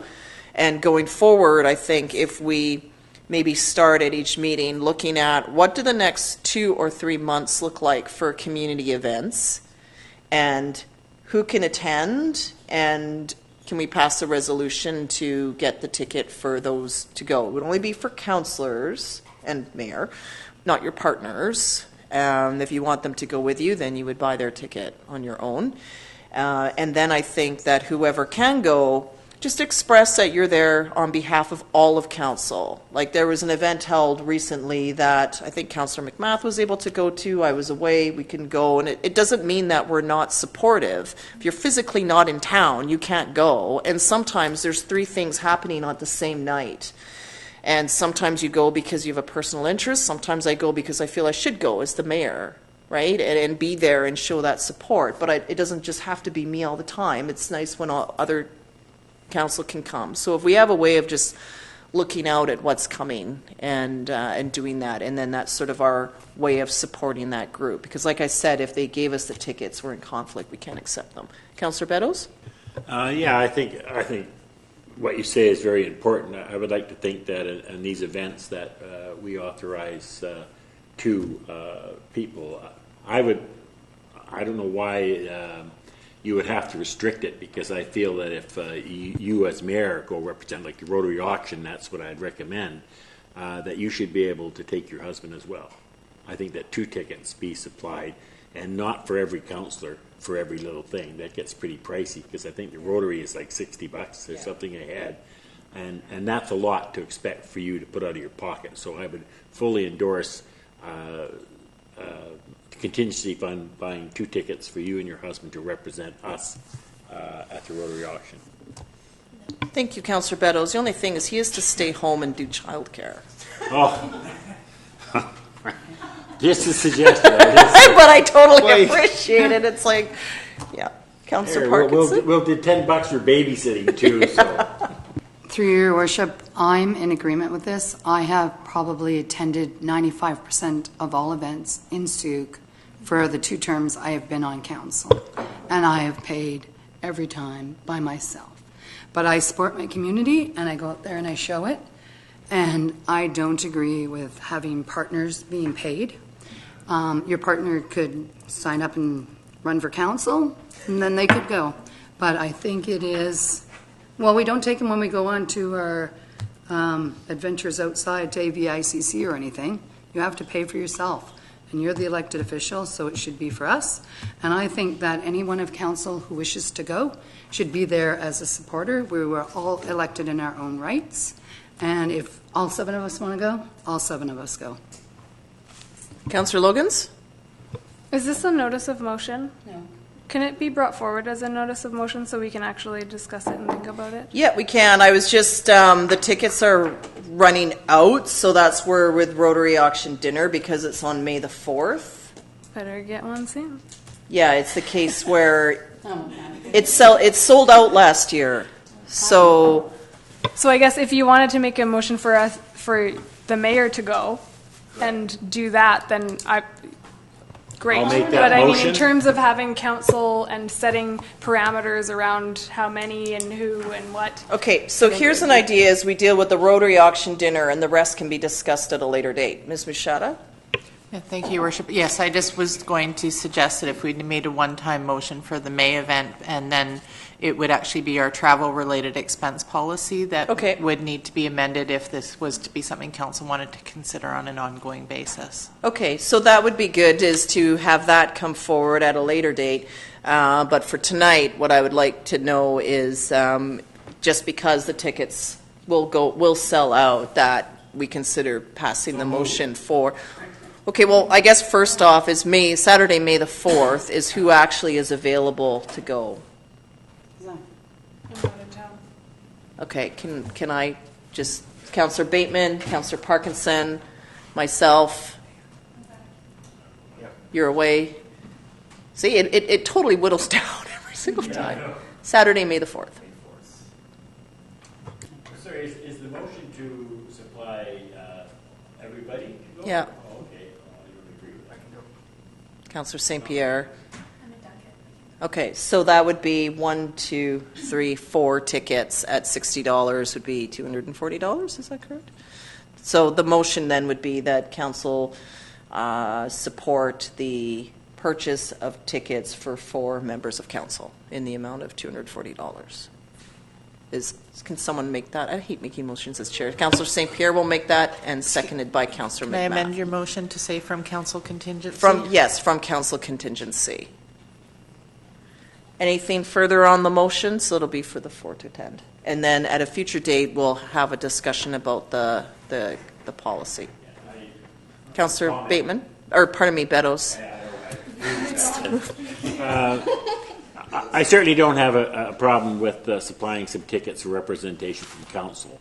I do oppose that all of council is eligible for it. I think the mayor at those things should represent all of council, and I'm against spending that money for all the other councillors. I think just I originally thought 2 tickets, but a ticket for you I think is perfectly in line. The rest I would not vote for it.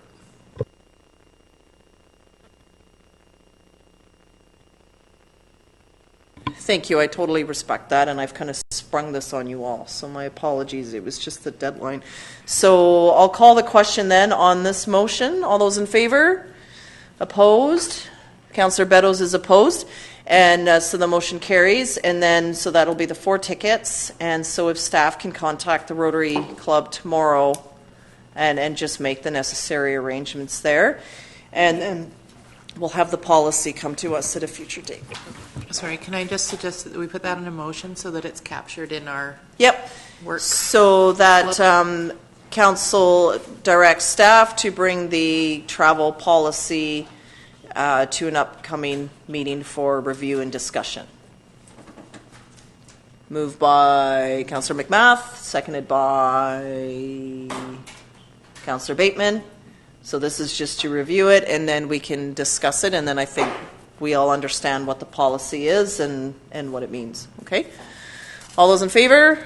Opposed? That's carried unanimously. And we don't have anything to rise and report, so just that the April 8th, 2019 regular meeting of council be adjourned. Moved by Councillor Bateman, seconded by Councillor McMath. Well, the regular open portion is adjourned. Yeah. All those in favor? Opposed? It's carried unanimously. And we'll just take a break, and then we'll reconvene the in-camera session.